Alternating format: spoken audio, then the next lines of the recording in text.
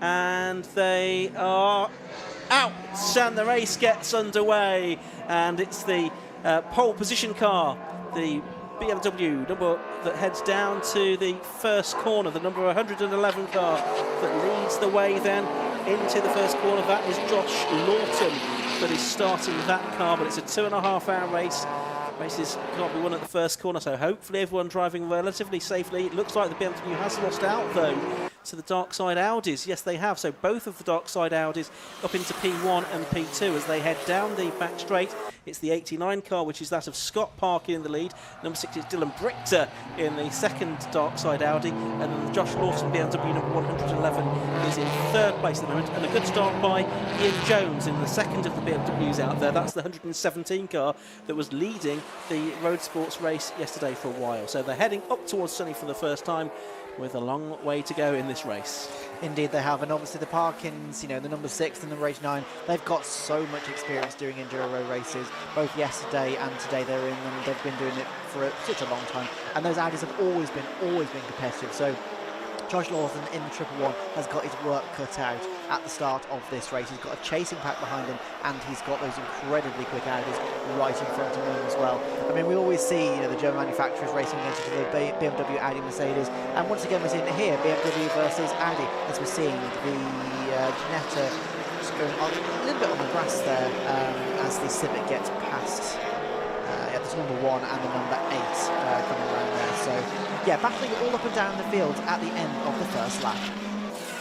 Yeah, so obviously we've got 3 classes, so we'll keep an eye out on the class lead as well. It's Chris Nyland, number 83, at the end of lap 1, that's leading in Class B, and it's the 66 car in the Class C lead at the moment. That's Paul Subiani and Jonathan Hayes.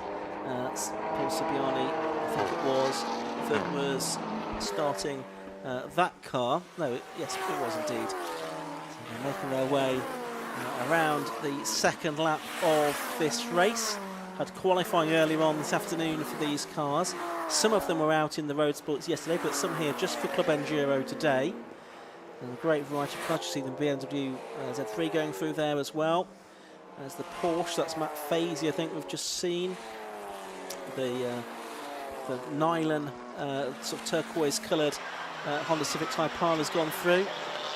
And there you can see the 97 car, that's the Mazda MX-5, and it's good to see that back out again this weekend. That's the car started by Dave Connell, the 36-year-old from Brackley. But let's look back what he's going on towards the front of the field. At the rear of the first quintet, we've got the 23 car of Simon Mason, with a bit of a gap back then to the 6th position car behind it. End of lap 2, and it's a 7/10 of a second lead for Scott Parkin.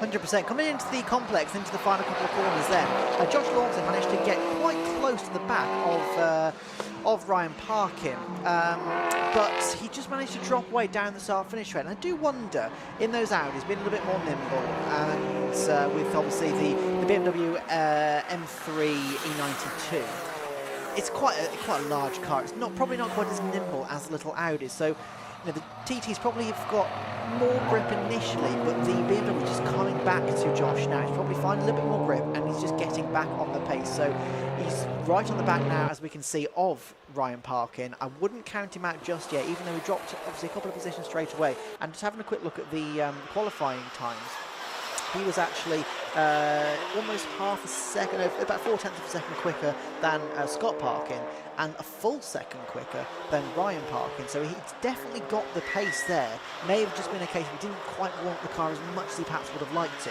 but he's back in the window now, and he has started to attack Ryan Parkin. Yeah, Dylan Brichter actually in that car at the moment. It's Ryan will be out in it later on in the race. Scott Parkin it is that is leading, who was the Class A champion last year. Second in Class A last year were the Ryan Parkin and Dylan Brichter combination. It's a lot of the winning between them in those two cars. I think they won 4 out of the 6 races between them. Leaders then turning their way through Hawthorne now, and on towards the chicane they go, with this 4th lap of the race getting underway.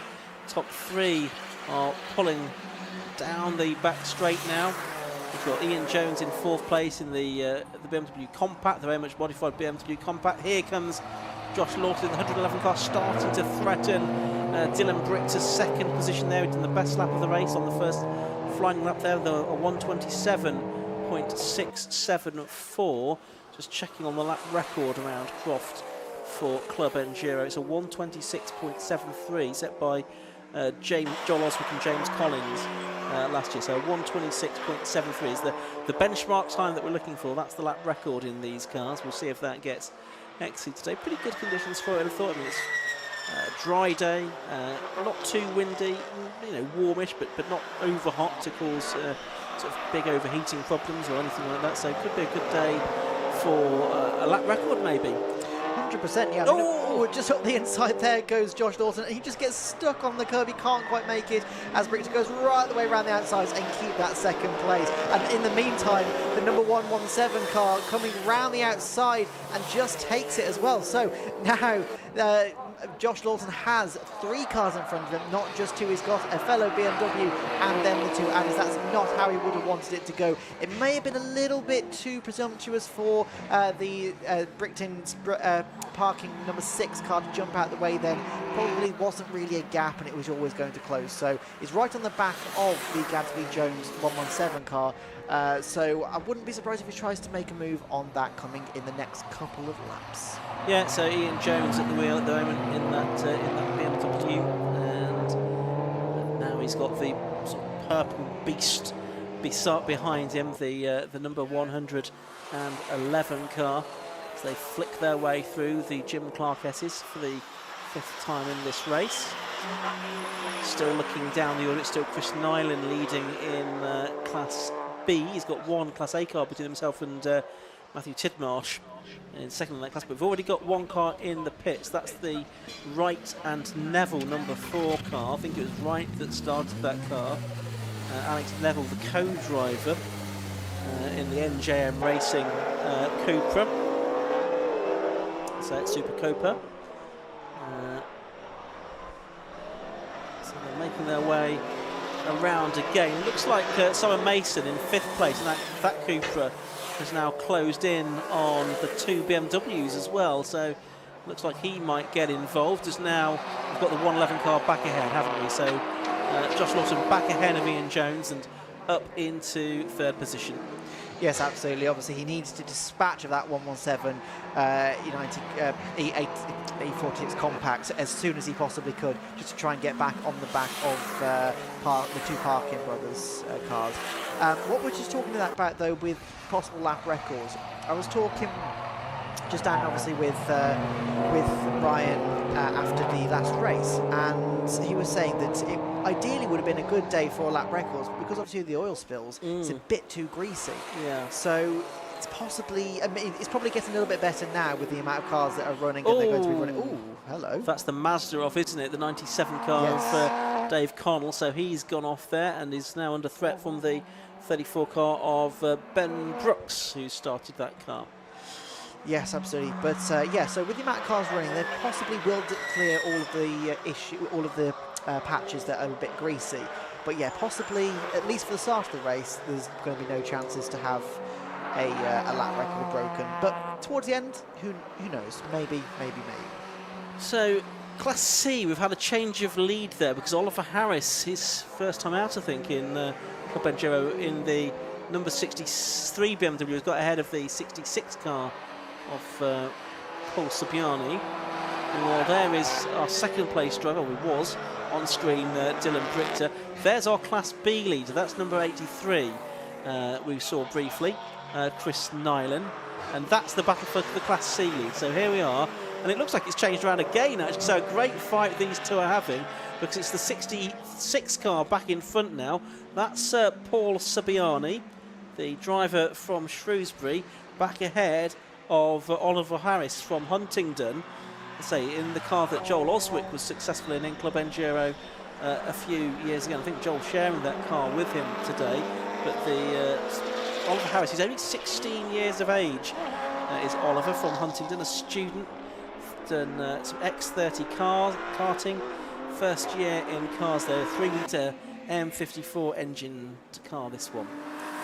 as the first 10 minutes of the race underway or completed.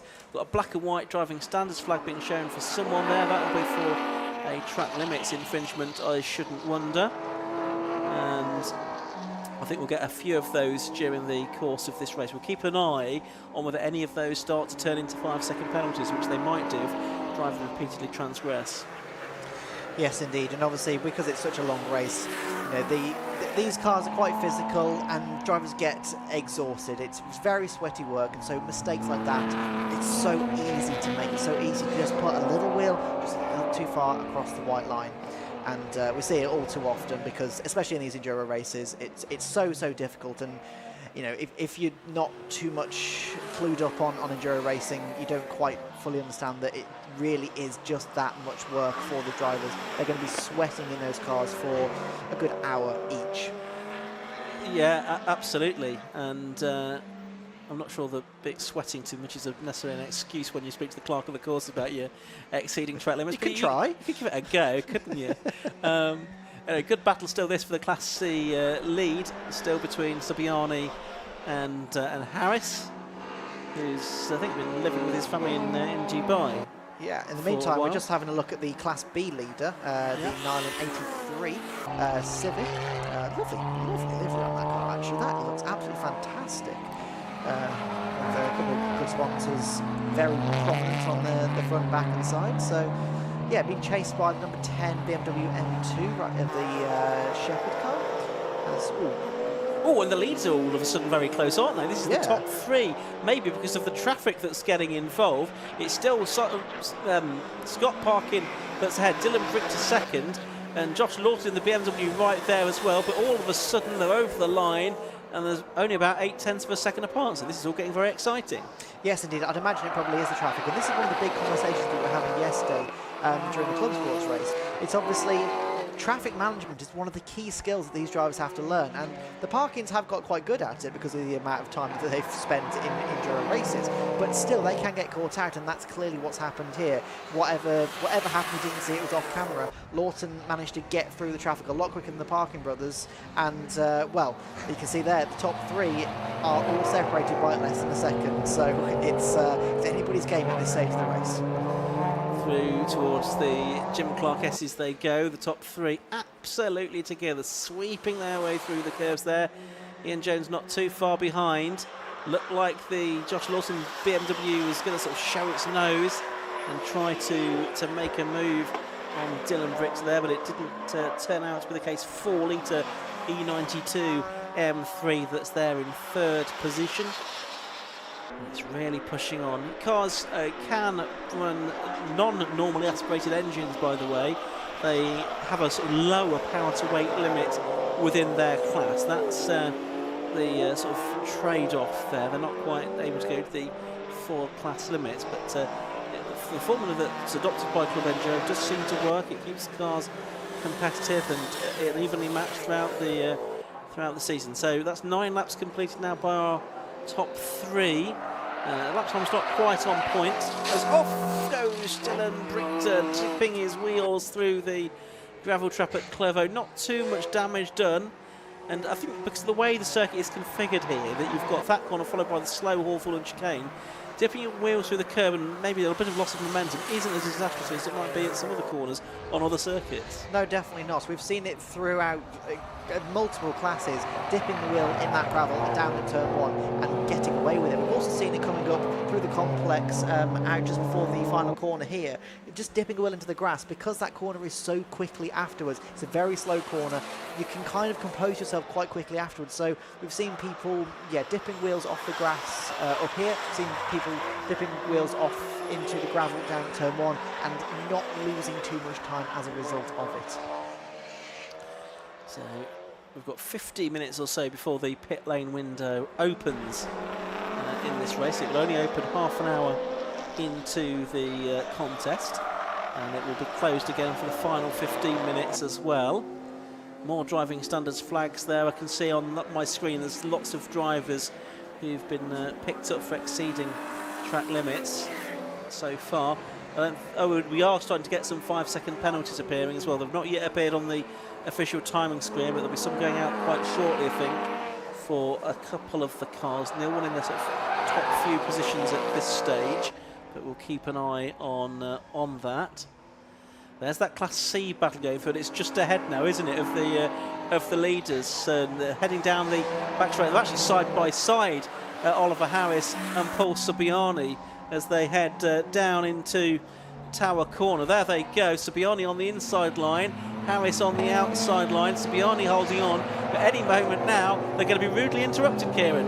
Yes, absolutely. So this is one of those interesting battles, because it's like this is the race lead for Class A and for Class C. So what do you do? If I was Harris in the 63 car, I'd back off, let them go past him, then stick on the back of them and try and take advantage of when the number 66 car has to move out of the way. But it looks like they've managed to just, yes, split them apart a little bit, almost going through. So the race leaders are, it's almost always been naturally caught up on the E92. Yeah, so they're back together again now. So it looks like they managed to all get through without too much incident.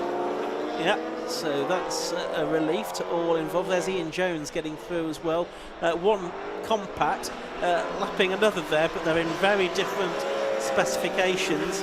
Much hotter version for Ian Jones in that number 117 car, 3.2 litre compact, but much more modified than the car of Johnny Hayes and Paul Subiani, which has got the 2.8 litre engine. Both of them E36s though. Here are the two Dark Side Developments cars. Dark Side on home territory really, because there's a Yorkshire-based concern, albeit South Yorkshire, down in Barnsley, but the other end of the county here. Down towards Tower they go for the 12th time, and it's still Scott Parkin ahead of Dylan Brichter and Josh Lawton. It really has been like a sprint race, hasn't it, these first few laps, because there's just been nothing to choose between them.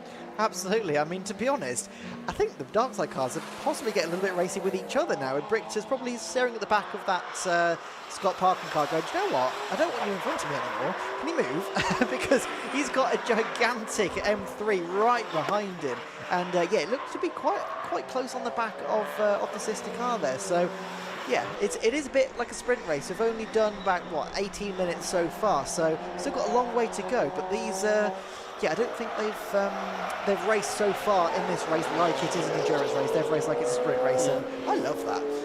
Scott Parkin it is that's ahead of them. He's 35. His twin Ryan will be out in the sister car later on.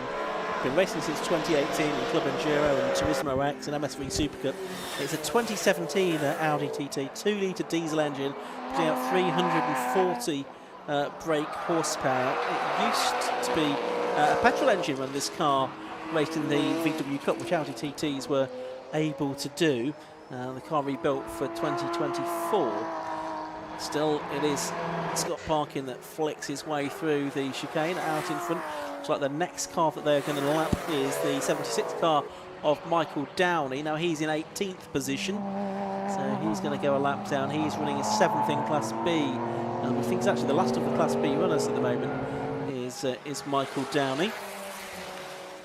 Still got the 4 car in the pits, which is the Wright and Neville Super Copa, and I don't think we ever actually see taking the start of the race, unfortunately. The number 69 car, which was the Luke's Marcus Fothergill and Jonathan Ellsworth Ginetta G40. I think that one, oh no, it is there on the timing screen. So it's got 2 lines on the timing screen. That's what confused me. It is there in 25th position, although it is a couple of laps down. Yes, indeed. It can be quite confusing when trying to work out where everybody is, you know, especially when the pit stops start, which is going to be in, what, about 10 minutes' time, I think it is. This is a battle for 3rd place in Class B at the moment. Matt Fazy against the reigning champion, which is Samuel Dennis, number 1. He shared the car with Ash Moore last year. It was in Class C. That car, the Honda Civic, has moved up to Class B for this season, and it's a battle for class position there with the Porsche from Matt Fazy. Yes, indeed. The Porsche is just obviously just peeking out to the right-hand side just to make sure that Dennis in the number 1 doesn't make a dive up the inside. But it looks like coming into the Jim S's, he's gone around the outside and into 3rd place in class. So that was a strange one. I wouldn't. It just looked like he had an unlimited amount more pace than the Porsche. But there we go. Into 3rd place goes the number 1. Yeah, it's just a 2-litre Porsche, that one. The Cayman of Matt Fazy, the man from Solihull, 46 years of age, been racing since 2017, and 2018 Class B champion in Club Enduro, in one of the earliest of the Club Enduro campaigns. Club Enduro introduced in 2015 the trial longer race at Snetton, longer than the road sports races. Really, it was basically an extended road sports race in the first season. Then more and more races got introduced, and it became a championship a few years after that, rather than having just been a series of races. But there you can see Samuel Dennis has now made his way into third place in Class C. He's about 13 seconds behind, Class B I should say, he's about 13 seconds behind Matthew Tidmarsh in the Ginetta, which I think is one of your favourite cars. And speaking of it, there it is. It's the number 8 car, Matthew Tidmarsh at the wheel at the moment. Yes, absolutely. I do love the Ginetta. I mean, I think it was Brands last year. I can't remember what track it was at, but yes, I think it was you and, it might have been Alton Park actually. You and Andrew were having a right good laugh at me for loving that car so much. But yes, I do have a real soft spot for Ginettas, and so I spent quite a lot of time talking with the drivers of that one. It just almost goes at the inside the number 19 Audi there, but has to back out quite wisely. It's a long race to go. You don't want to get caught up this early on. That was Wayne Lawson he was doing battle with. But yeah, that Tidmarsh Ginetta, actually Matthew won the 2024 Chapman Award, which is the award that the 750 Motor Club gives for the most outstanding engineering achievement. That's because he's developed this car over the past 3 seasons. It's now got a Duratec engine in it. It's a 2.5 litre Duratec engine in that, which is why that Ginetta goes quite so well. So that development has really caught the attention of the experts at the 750 Motor Club for its engineering prowess. And the 750 Motor Club, although it's about the racing, but it's also about the innovation and the design and the construction and the engineering. And it's great that the Chapman Award continues to receive that award. There's the 77 car on screen at the moment. That's a bit further back down the order. That is the car of Henry Salisbury, who runs in third place in Class C at the moment. He is sharing with his sister Olivia, and we're taking the first part of the race. There's another chance to have a look at that Ginetta, as it is doing battle with Wayne Lawson in the number 19 car. Yes, absolutely. And this is one of the best things about this championship, because those two cars couldn't really be more different in this category. Gigantic Audi versus a tiny Ginetta, and they're going wheel to wheel. But in the meantime, the leaders are still nose to tail. It is basically like a sprint race. These two Audis can't get away from that BMW. But speaking of innovation, what we were just talking about, these two Audis are quite an interesting one, because they are diesels. And having a diesel race car, you know, some people might look down on that, but I think it's amazing what Dark Cloud have been able to do with these cars and make them competitive in a very competitive class. You know, diesels, obviously, they're very different to petrol engines. They deliver their power in such a different way. And so they've been able to harness that and make it into two very competitive cars. So it is about the innovation, and the brothers at Darkside have been able to do wonders with these Audis. Just looking at penalties, they've not appeared on the timing screen officially, but I can see they have been applied. The 13 car, Matt Fazy, he's now got a 5 and a 10, so a 15-second penalty for exceeding track limits. The 97 car, that's the Mazda dotted by Dave Connell, he's so far picked up a 5-second penalty for exceeding track limits. About 6 minutes away from the pit window being open. Be interesting to see if any drivers do go early.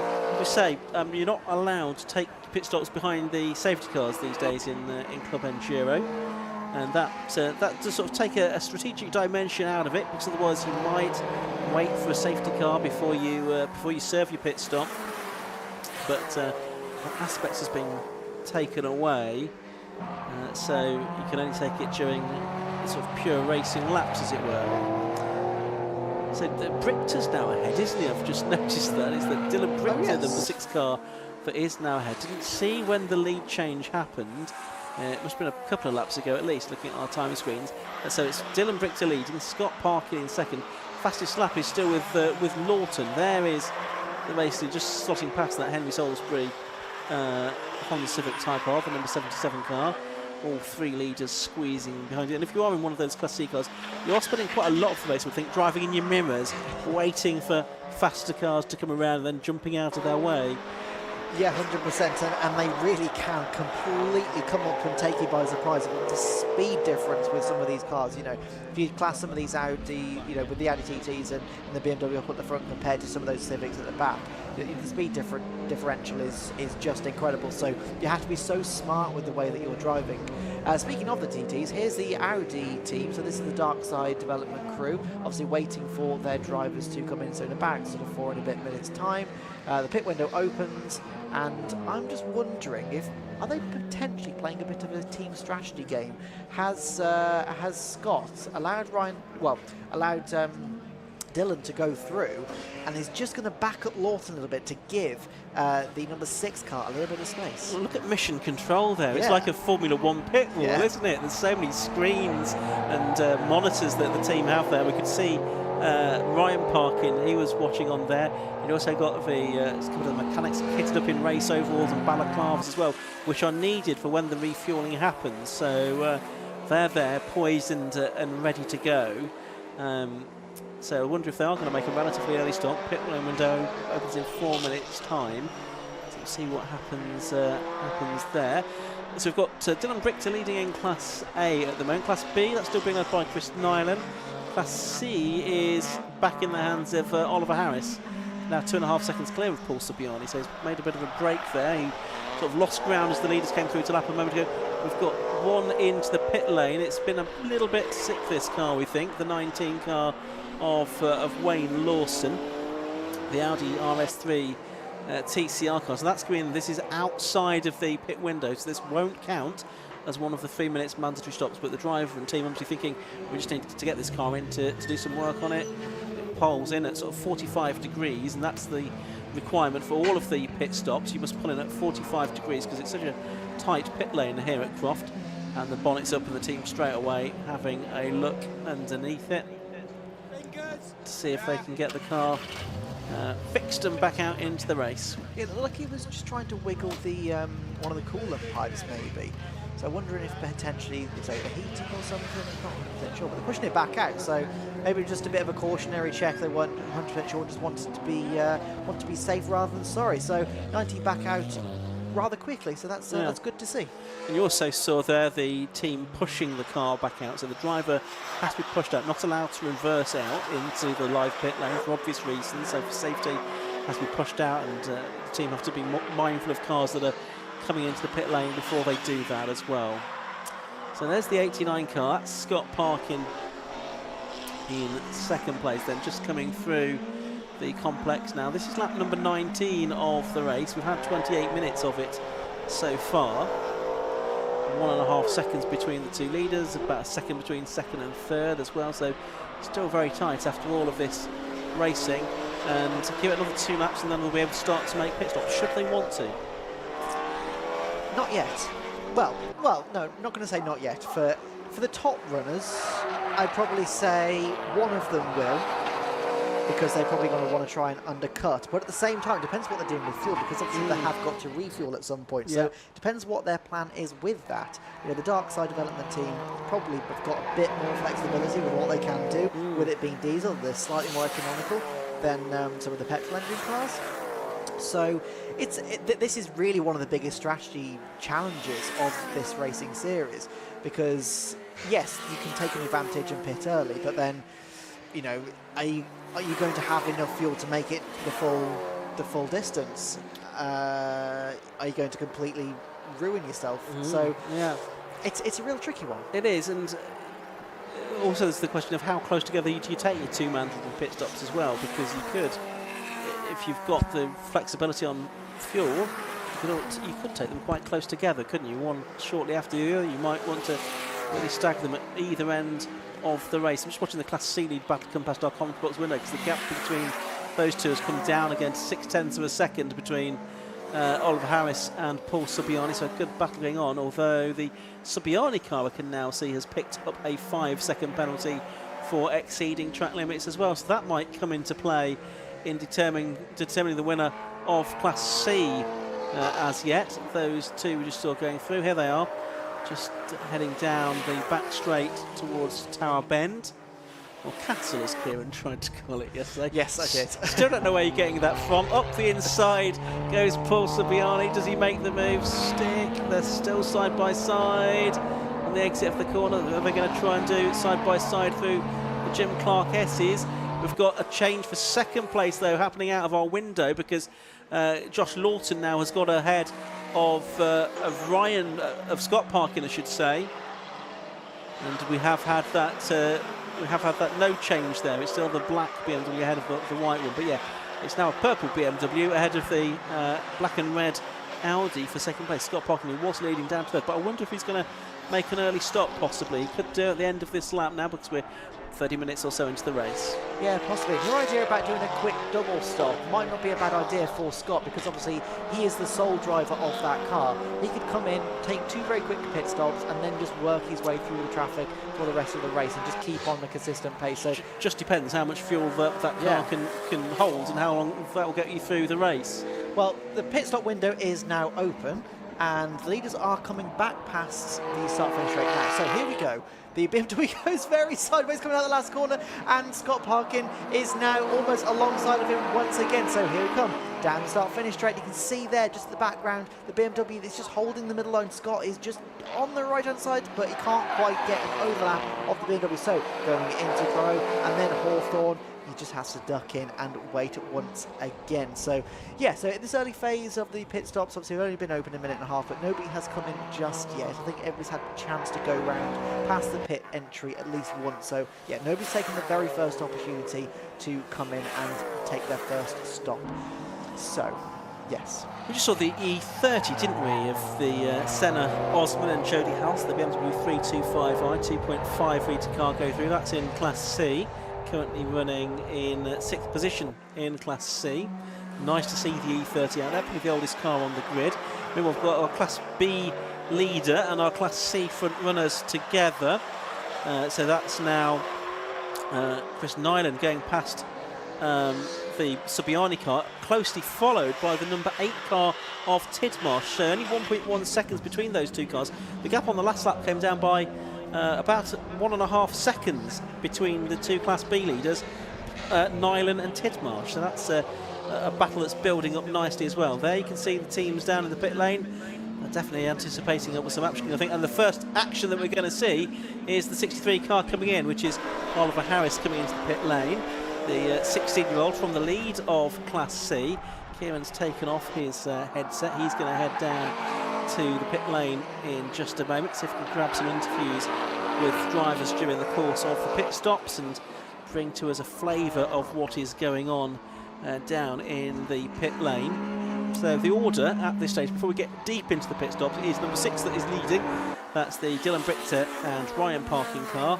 In second place is the number 111 car, which is Josh Lawton and David Blackie. The third car is number 89, that is Scott Parkin, which you can see on screen now. Fourth is the 117 car, that's Martin Gadsby and Ian Jones. Ian Jones at the wheel at the moment. In fifth place, number 23, Chris Byalan and Simon Mason. Sixth is number 44, Alec Yengar and Ben Williams. Watching the 63 car be refueled there, and the driver has to be out of the car while the refueling is happening. And once it's done, obviously the driver can get back in, but an early stop for the 63 car, as the 77 car of Henry Salisbury is now coming down into the pit lane as well. Because there's 2 mandatory pit stops, we don't necessarily know when all of the driver lineups will be changing, so we won't necessarily know who's in the driving seat for the second part of the race. Class B still being led by Chris Nyland, that's number 83, but only by about a second from number 8, Matthew Tidmarsh, and third within that class is number 1, Samuel Dennis. Class C will now be being led by Paul Subiani in number 66. And I think moving up to second place will be the Simonite car. That's the number 169 car of Matthew Simonite, the Mazda MX-5, as the other cars are in the pit lane. And then third now within that class will be number 37. So that's the Scott Ferguson and Neil Luke BMW Z4. As we're watching on screen now, our Class B leader, and that is Chris Nyland. And talking of Chris, Chris Hosey has also joined me once again, with Kieran having headed down to the pit lane. And it's been an all-action first half an hour or so in this Club Enduro race, hasn't it, Chris? Yeah, absolutely. It's been pretty much no holds barred amongst the top three between the Audis and, of course, the Treble 1 BMW, who I have to say is perhaps one of the most spectacular-looking cars on the grid, that Treble 1 BMW. It almost looks as if it could be a candidate for the modified BMW race later on at the BMW event in May.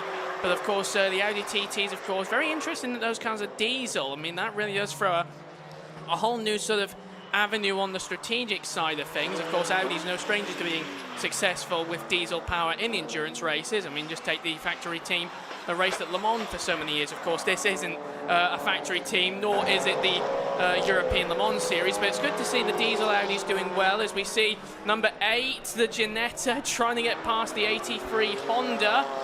Doesn't quite manage it that time.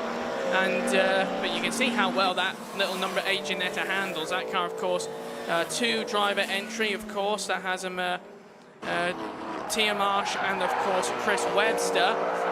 Just sticking his nose out. Not quite good, not quite able to get there because the Honda just covers him off. But fantastic battle, of course. And this for the lead in Class B as well. So it's Matthew Tidmarsh at the wheel of the Gulf liveried Ginetta at the moment. It's Chris Nyland in the number 83 car. He's been racing for about 14 years now, as Chris Nyland started out racing the Ford XR Challenge up at Oulton Park. He's also raced in Citroen C1's Club Enduro, Type R Trophy as well.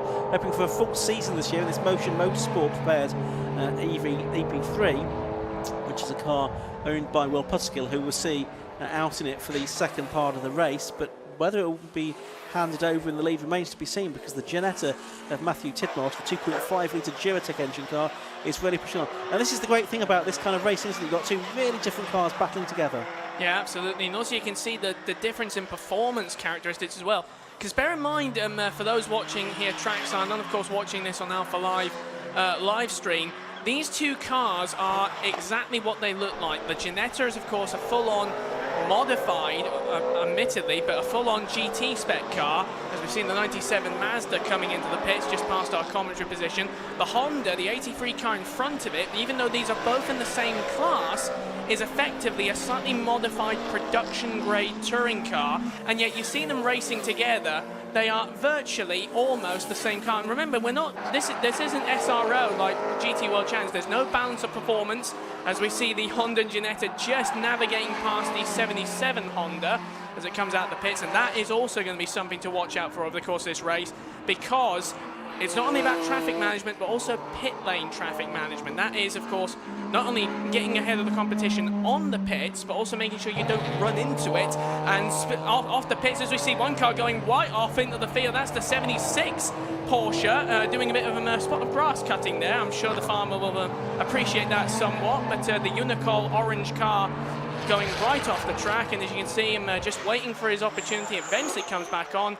But wow, that was a wild moment. It certainly was for Michael Downey, who was 6th place in Class B when that happened.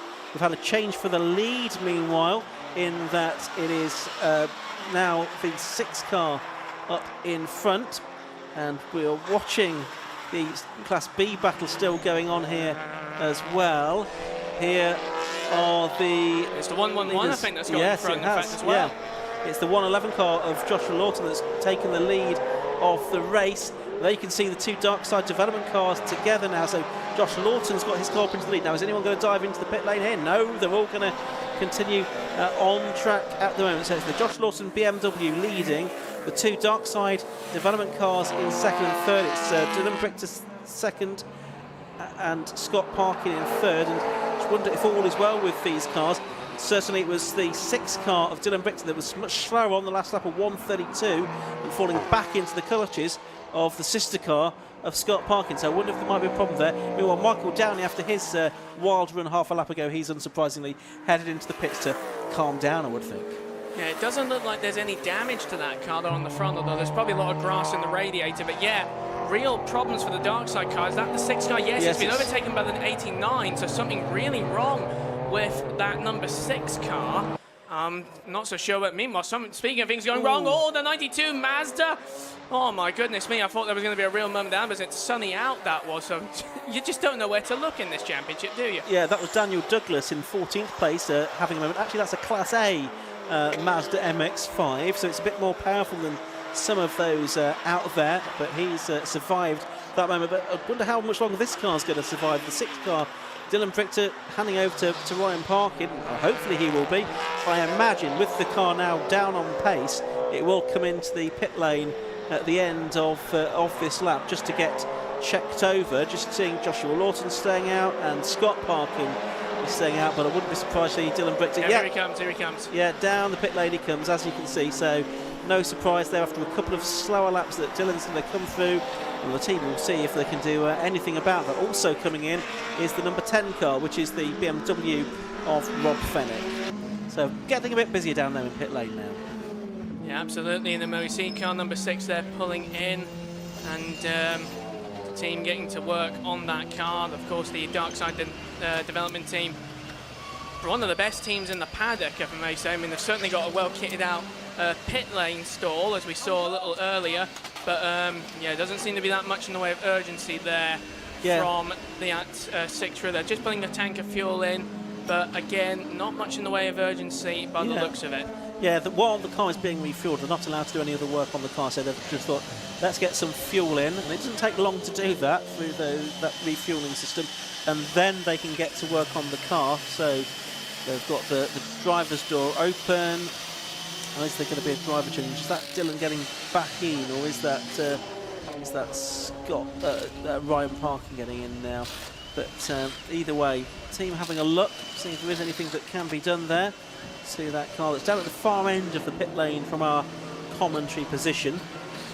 So that's the first of the leading contenders that has come into the pits. There's quite a few drivers now as well, showing with the little penalty symbol next to their name as well. The 66 Hayden Supiani car has had a penalty.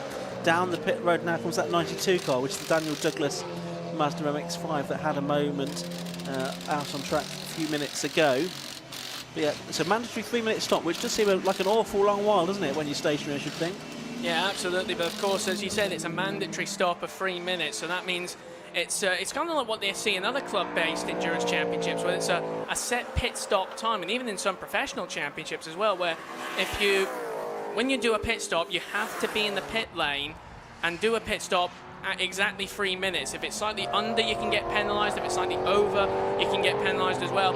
And it's all a matter of time. And remember, this is a club spec championship as well. There's no fancy TSL timing. There's no F1, powered by AWS graphics package to keep everyone informed. It's literally just an app on your phone that's the stopwatch app, or an actual stopwatch if people still buy those things, and literally pressing a bunch of buttons and physically watching the clock tick down and hoping that your 3 minutes, the one that you see on your phone or stopwatch, is the same as what the officials will see when they do the stopwatch time as well. So, and that's where things could really cause problems, as we see the 111 going past the 171. That's some new BMW going against classic BMW there, and making it very easy. Or a bit of a drift there from car 111.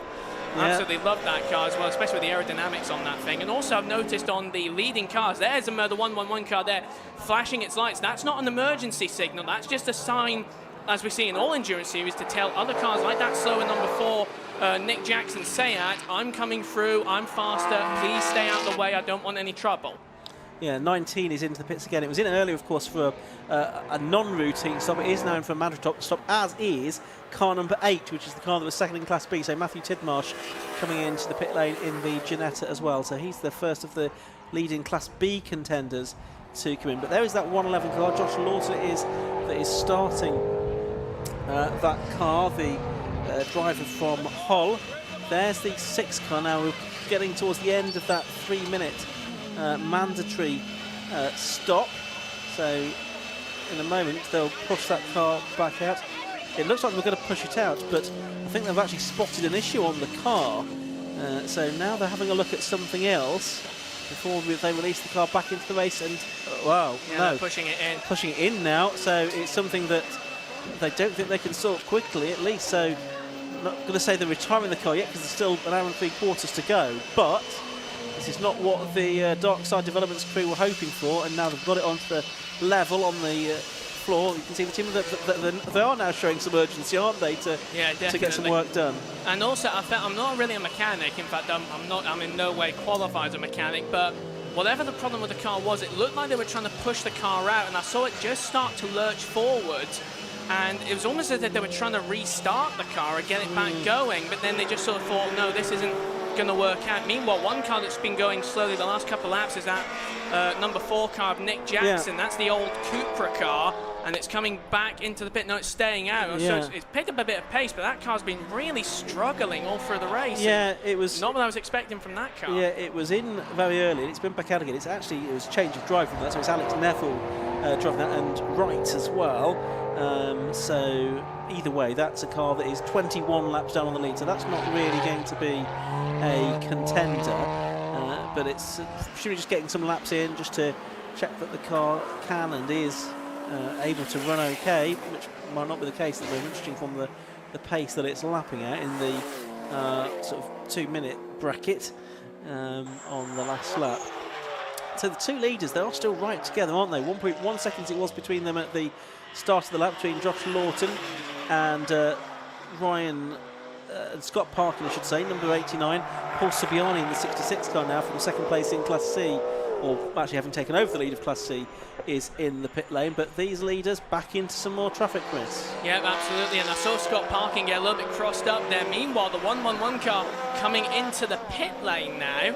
So that could be that could spice things up for the top, because those two were going really hammer and tongs. But Scott Parkin now will inherit the lead, and I believe Kieran is down there in the pits. Unfortunately, a bit of an issue down here for the number 6. Basically, what's happening is the car's gone into limp mode.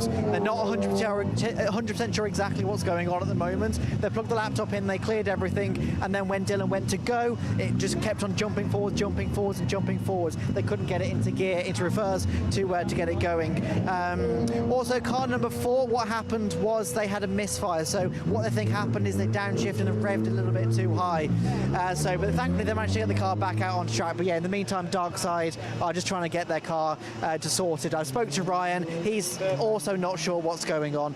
In the meantime, one of their main competitors, the 111 BMW up the pit lane, is in for its first stop as well. So it's all happening down here at the pits, but hopefully these guys can get it out in just a couple of minutes.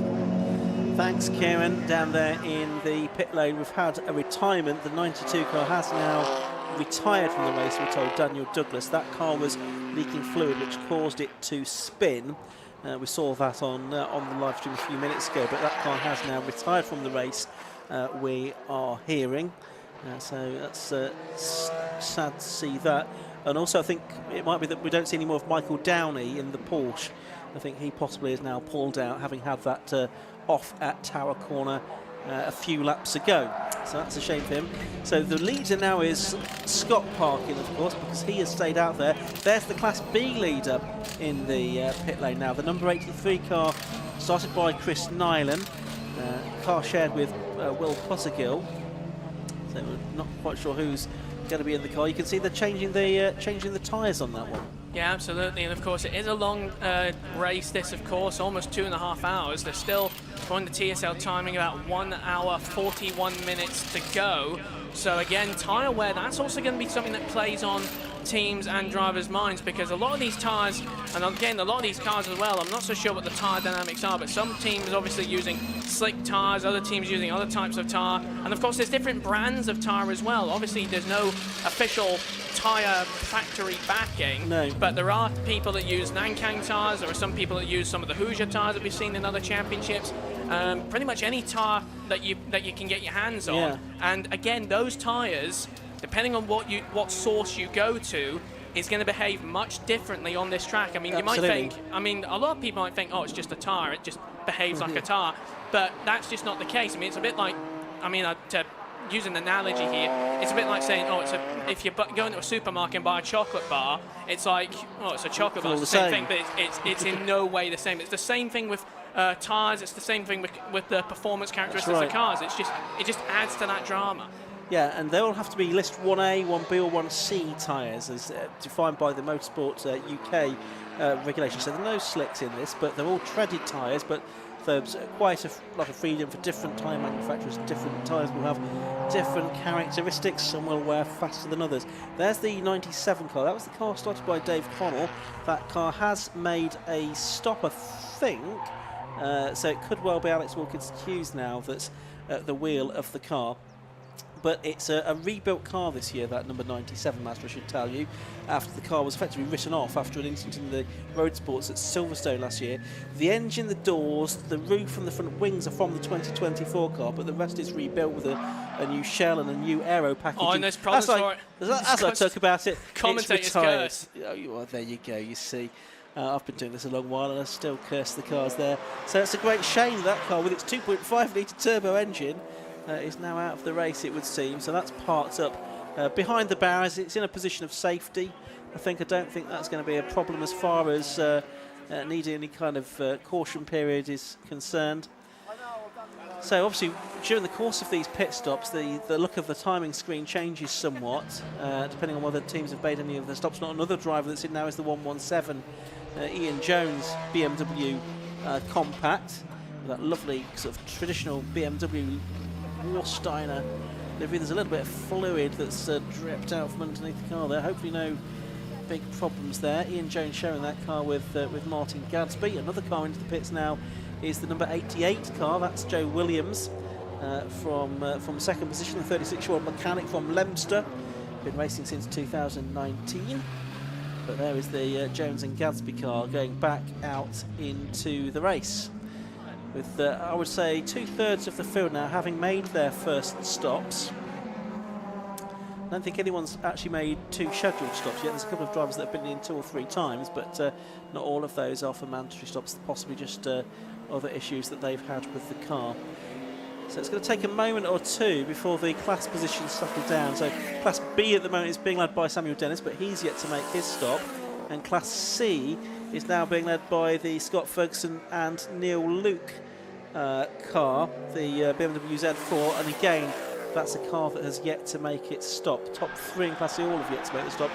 Matthew Simonite in second, and the Senna Osman and Jody House car in third. Another pit stop visitor, is the 44 car coming in now from third position. This is Ben Williams making his stop. He started that car, I think, and it's followed in by the race leader, Chris. Yeah, absolutely. I saw that car coming in. I noticed the capture car there, that TCR, was a bit slow on the hairpin, and there was a small puff of smoke from it as it was coming in. Might have been tyres locking up. I wasn't so sure. Maybe he was just keeping it nice and steady going through the hairpin because he knew he was going to come into the pits. But also interestingly, as we were talking about the 117 car, I actually noticed one of the drivers was holding a piece of pipe work from that car. I wasn't so sure if it was a new pipe. It didn't look as if it was sufficiently worn out, but and then again, that might have been just a detail that was picked up by the cameras and just thought it was worth showing. But that might explain why there was a bit of fluid down there. You actually noticed that one of the drivers sort of stepped in front as if to say, don't look at this bit of the car.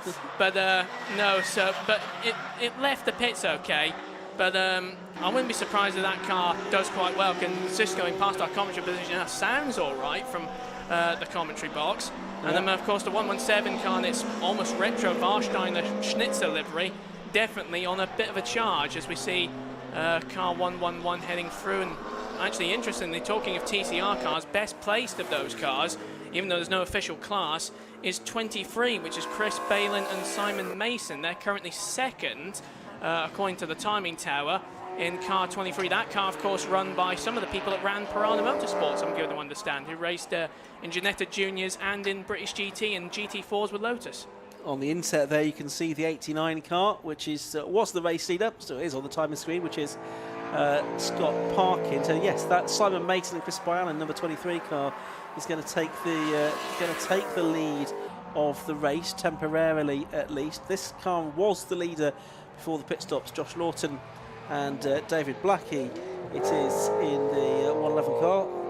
Not sure which driver it is at the wheel at the moment, of course, because we don't have that information. So we know who started the car, but we don't necessarily know who's going to be in it for the second and third parts of the race, because some teams with 2 drivers may go for just one driver change. Of course, they might change the drivers twice and at each pit stop as well, just to cause further confusion. Fairly busy pit lane at the moment. You can see a handful of cars in the background. Just zooming in on Scott Parkin's car, a bottle of water being handed to him just to allow him to refresh himself before the race gets back underway as far as he is concerned, with an hour and 35 minutes of it still to go. There's 1, 2, 3, 4, 5 cars that have yet to make their first stop at the moment. The Mason Barrelling car, the Steve Cheetham and David Hornsey Porsche Boxster. Hornsey it is at the moment, as out of the pit lane comes the 88 car of Joe Williams. And then I think it's all the top 3 in Class C that have yet to make their stops as well. So it's now Mason and Byallen leading, and it's Cheetham and Hornsey in second place in that Porsche Boxster 3.8 litre car, which we've not actually seen too much of on the live stream just yet. We're watching this on stream at the moment, the 111 car, which is leading this race. It is not leading this race, it was leading the race. At the moment it's 2 laps down, having made it stop. It's actually come out behind the Gadsby and Jones car, hasn't it, by about 20 seconds looking at the timing screen. So they've both made their stops, but within the stops it is Gadsby and Jones that have come out on top in the 117 car ahead of 111. So the purple BMW's got some work to do. Yeah, absolutely. But if anyone can do it, it's definitely that duo of course, of Lawton and David Blackie. David Blackie, of course, I'm actually familiar with because he actually raced a car similar to this in terms of its colour in the Scottish Mod Sports Championship up at Knockhill. He's also raced, I think he still races somewhat in the CTCRC Thunder and Classic Thunder division, which, given the fact that that car's the same colour as David Blackie's car from last year at the KMSC, and the fact that it looks like an absolute Thunder car, I would not be surprised if it competes in that. And them getting a little bit crossed up there behind the 77. Meanwhile, we see the 89 car, the sole surviving, by the looks of it, Audi from Dark Side Developments, just hurtling around sunny in and sunny out, heading down towards the complex now, with 1 hour, 33 minutes and 19 seconds on the clock to go.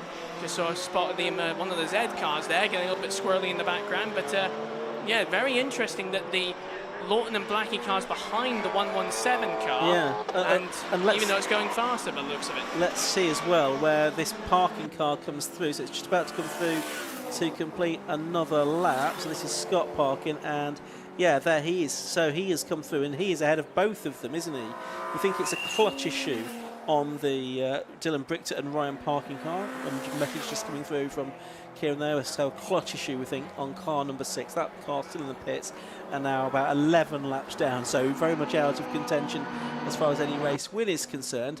But there is was on the screen there, the leading stopper, the number 89 car, Scott Parkin, just coming down towards us now. He's just behind the number 1 car, which is Samuel Dennis and Ethan Simmons. And again, not sure which driver it is now at the wheel of that car, which was for a short time leading in Class B, but now it's made its pit stop. It's down to 4th place within Class B, which is being headed by Matt Fazy, who is shown as having made 2 stops. He's in the pits now, but I don't think either of those could have been mandatory stops of the appropriate length of time. So that's a slight puzzle as to what's gone on with Matt Fazy there, but he's in the pits at the moment. So taking over the Class B lead from him will be the Will Puttergill and Chris Nyland car, which is the one that was leading going into the pit window. Yeah, I actually did see him, the Fazy car actually come into the pits there a little while back. I'm not so sure where it is on pit road at the moment, as we see car number 23. That's the race leader. That's the race leader coming in, the sort of gross net race leader at the moment, now coming in. As we look on the back stretch, a brilliant plethora of cars. There's the Porsche, the 43 car we were briefly talking about, coming past one of the G40 Ginettas, followed by the number 10 M2 Cup BMW. And then, of course, car number 77, that's one of the Hondas coming past through Tower, as we wait to see who else with bated breath. As you can see, the heat haze there in the distance. I mean, it doesn't, we've had the air conditioning turned on in the commentary box, so it doesn't feel as roasty toasty as it was early on. As we see Class B still being battled through, it's a Honda versus Ginetta again, And again, that number 4, Sayat, still just trudging around, just trying to keep out of everyone's way. But this battle for Class B is really something. Yeah, it certainly is. So there is only 0.7 of a second between them. So despite the pit stop, they both made a pit stop, they're still absolutely together. So it's the 83 car of Puttergill and Nyland, and the 8 car of Tidmarsh and Webster. Not sure who it is in either of those. I don't know if Kieran could possibly hop down to those teams, see if we can find out who might be in each of those cars at the moment, because it'd be quite interesting to find out. But they're heading down the back straight, the old start and finish straight, past the old pit lane, in towards Tower for the, in their case, the 37th time, I think. They're not, this will effectively for the Class B lead, as we've said. Third place within the class, I think, will be Sam Dennis and Effian Simmons Honda. Through the Jim Clark S as they go, left and right they flick, and then out towards the right-hander at Barcroft, and then onto the brakes, turning into the first part of Sunny. Again, these two evenly matched cars, despite being so different in many respects, having a great fight out of Sunny out. Now then the shorter straight towards the left-hander at the complex. That's the Johnny Hayes and Paul Subiani, number 66 BMW from Class C, that is ahead of them, which is still very much in contention for a Class C podium. There'll be a bit of speed differential between those two, but they are turning out of the final corner now, and they're still nose to tail those two. The Hayes and Subiani BMW keeps the drivers right and allows those two faster Class B cars past him. Although not necessarily making it all that easy. They head into Clervaux once again, and they are still locked in combat. It's a great race between those two. Yeah, and you can see how close the Jeanette has gotten over the last half lap or so. He's now right on the tail of that Civic as they head through the chicane. But then you can see on the backstretch the Civic just stretching its advantage just a little bit, although not that much than the last lap. As they go down the backstretch, down towards Tower, the Ginetta just having a little look there, not quite close enough. But again, this is also a real showcasing the dynamics between these cars, because the Honda is a front-wheel drive car, whereas the Ginetta, because it's a sports car, is effectively a rear-wheel drive car. And you can see how close that Ginetta is cutting a bit more of the curb than the Honda through the Jim Clark S's down towards Barcroft. You can see the wheel being shuffled in the 83, but they're just a bit more momentum in the Honda's favour that time round, into Sunny in and Sunny out. And it's proving to be a real seesaw battle between these two. And of course, remember the 8 car won its class yesterday in the road sports division. Of course, that was a 45-minute test. This, of course, 2.5 hours. But wouldn't be surprised if car 8, with its crew of, as I consult the entry list, Tidmarsh and Webster, would be going for 2 on the banks. And it looks like they could be in a shot of that if they can just get past the 83 Honda Civic, which is still holding its own. Yeah, so another lap completed by those two battling for Class B supremacy, of course. Tidmarsh and Webster then winning Class B last year. Nyland and Puttergill, with Ryan Bensley on occasion, were second last year. So these were the two that disputed the Class B championship last year, and they're equally evenly matched this year. It's great to see. I think they had 2 wins for Tidmarsh and Webster, 3 wins for the Nyland and Puttergill combination. So between them, they wrapped up 5 out of the 6 victories last year. The only exception was the opening round of the championship, where Jonathan Packer won in the Capture Motorsport Golf. He's not out certainly for this opening round of the 2025 season. Through the Jim Clark S as they go once again. How far ahead of them of the next car in their class are they? They're quite a long way ahead of them, I think. Probably most of a lap, I would suggest, at the moment. Meanwhile, we've got still the Cheatham Hornsey car. David Hornsey out there in the 4th box, now leading the race. He's yet to make his stop. And of those that have stopped, looks like it is Scott Parkin, number 89, that is leading. And in 2nd place now, I think, although I'm not sure if that's fully up to date on the timing screen, is the... Yeah, it is there. The 2nd place car is now the Byallen and Mason Cupra. The 23 car is in 2nd place. The Gadsby and Jones BMW is 3rd. And I think the Lawton and Blackie BMW has now got a penalty applied to it. Yes, it's got a 5-second penalty. That'll be for exceeding track limits. that is, I think, probably still going to be in sort of net fourth position once you take out the cars that have yet to make a stop. So it's quite interesting that we've had a bit of a shuffle around in the overall and Class A order. Meanwhile, Class B, it's still very much the same as it was, Chris. Yeah, absolutely. These two have been going hammer and tongs for the best part of them the last couple of laps now, as we see car 83 still trying to hold off the 8 car of Tidmarsh and Webster, but the Ginetta just, you can see in the longer bits of the track, the Honda just has that slight bit of an advantage because of its front wheel drive. It can get that power down, sort of scrabble for grip and get it pulled out of the corners, whereas the rear wheel drive, you kind of have to be careful with it because, again, all the power goes to the back, so there's a real risk of overcooking the car. And as they head for the faster seconds again, you can see the Honda just pulls away a bit, but then in the tighter bits of the track, the Ginetta, because it's smaller and agile, it actually closes back up as we head up towards the complex again.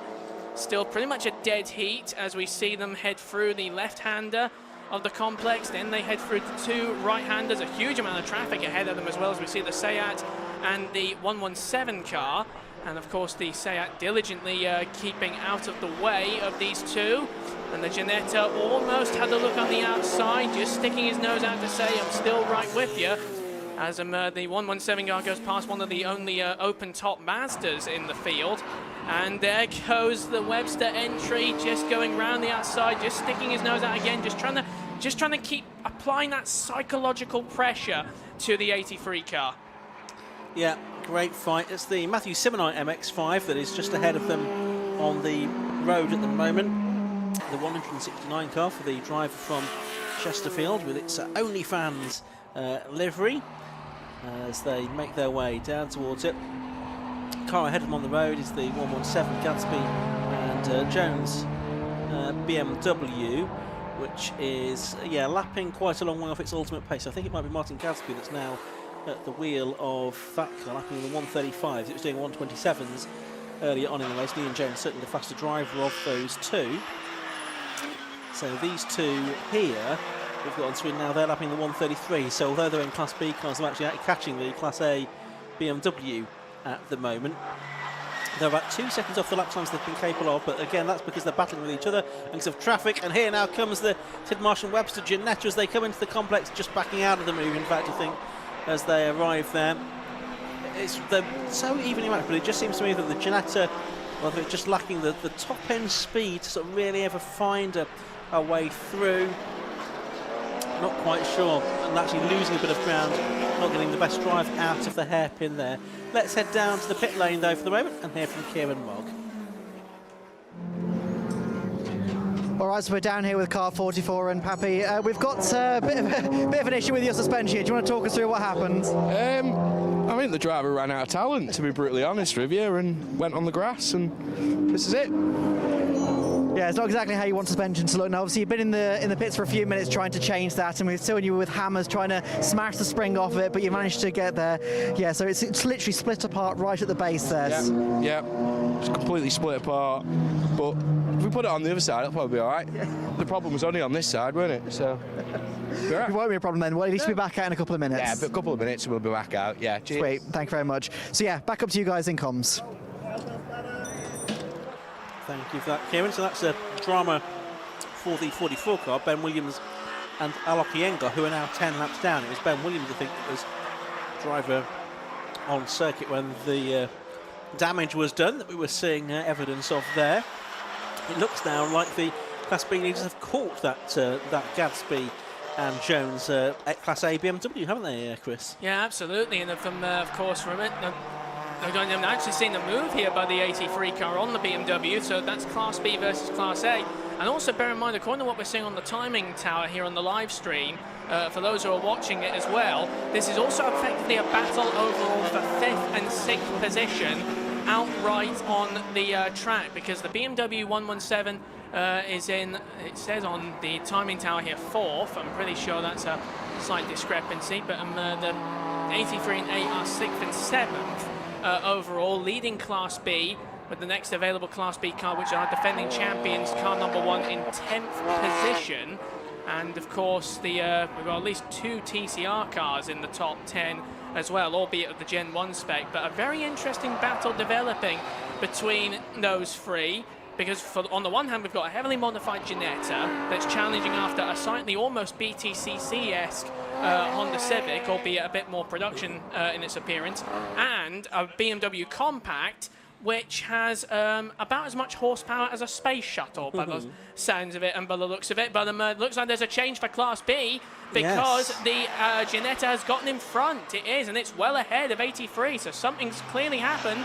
But Ginetta are out in front in Class B. Yes, so Tidmarsh and Webster have got ahead now of Nyland and Puttergill in the 83 car there.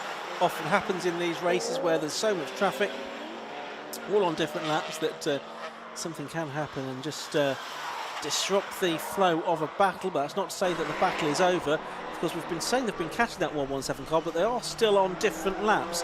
The Gadsby and Jones car 2 laps off the lead. The battle that we've been watching 3 laps off the lead, although they have been catching the car in front. At the moment, there's only one car on the leading lap, because that's the car that has yet to make its pit stop. That's the David Hornsey, Steve Cheetham Porsche box, which is the one that we're watching now. And is it ever going to pit? Because it's not pitted that time, the one that has. And this is a driver making the second stop for this car. That's the 77 car of Henry and Olivia Salisbury, the brother and sister. They're racing. We saw them out yesterday in the road sports as well. And that's definitely their second stop. So we are now getting some of the drivers making their second scheduled stop. And the 117 car is into the pits as well. That's the BMW that we've been talking about, the Gadsby and Jones BMW. So that's their second scheduled stop in the mandatory pit window. But still 80 minutes to go potentially in this race, or just under. So quite a long way to go for anyone, and depending on how much fuel they can get in their tank. So that car into the pits as well. So it's really Scott Parkin leading now. The Chris Boyle and Simon Mason car in second. And in what will become third place, the Lawton and Blackie 111 BMW. Still no sign of the 6 car coming out of the pit lane. There's the Salisbury car coming out now, or going into the pits, I should say. Those the brother and sister team, Motion Motorsport crew, running that particular car. Now they're pushing that car back out already, so that's not been 3 minutes, has it? So this was an unscheduled stop. It's not going to count as one of the mandatory stops. There must have just been a problem there that the driver wanted to get checked over. Yeah, and also by the looks of it, there might have actually been a bit of a problem. It didn't look that serious if it was a quick check over, but at the same time, when that 77 car, the Salisbury's, was trying to get in, there was actually a big battle happening between the 111 Blackie and Lawton car, and then of course the 88 car as well. One of the TCRs of Joe Williams was having a right old battle with that car, and actually caused a delay for the 77 car on pit lane there. As we see number 66 going very, very slowly. I believe that's one of our Class C contenders. I think it's got back up to speed now, but a bit of a bog down there coming out of the hairpin. So potential drama in Class C. Yeah, that's Johnny Hayes and Paul Simeoni. They are in 4th place in Class C now. Leading Class C is Matthew Simonox. He's still not stopped. Also still having not stopped his second in Class C. That's the St Osman and Jody Halscott. Now, I can tell you, by the way, the Class B battlers, it is Will Puttergill in Class car 83 now. That's the Honda. And it is Chris Webster in the Ginetta. So we're wondering that. So it's Chris Webster in the Ginetta that's out in the lead of Class B by 2.5 seconds now from Will Puttergill, having got ahead a few laps ago. Watching there the 34 Ben Brooks Lotus Elise go through. That's the car he's sharing with, I think it was Phil Grayson, we decided was his co-driver. Just trying to get that information back in front of me on my screen, because I've lost it again. But yes, I think it was the Grayson was his co-driver. It's yeah, Philip Grayson, the co-driver for that particular car. But there's that Class B second place car being driven by Will Puttergill, and there's the leader. Yeah, absolutely, and you can see the gap already between Webster and of course the 83 car now being driven by Puttergill as they head through the chicane now up towards Tower, and the Ginetta catching up with the number 13 Porsche there. That's a Porsche GT4 spec Cayman, albeit with a slightly more modified aerodynamic package. That car, of course, Matt Fazy, another Class B car, of course, although not on the same pace as the leading two. And then, of course, I saw the overall leader as well heading through there, as well as we see the spectators still lapping up the sunshine, and, of course, the cars on track, as we see the Mazda 169 heading through with its very distinctive OnlyFans livery. That car effectively a Super Cup car from BRSCC circles, but still going very well. And we see one of the TCRs and going through the chicane as well. And I also happen to know from a little while earlier, having seen it on track, the capture car is back out. But yeah, talking of that, the mechanics not shy about saying who was at fault for the damaged suspension, if I may say. Absolutely, blame laid fairly and squarely. The 19 car has retired. That's with a misfire. That's the Wayne Lawson and James Pickford Audi.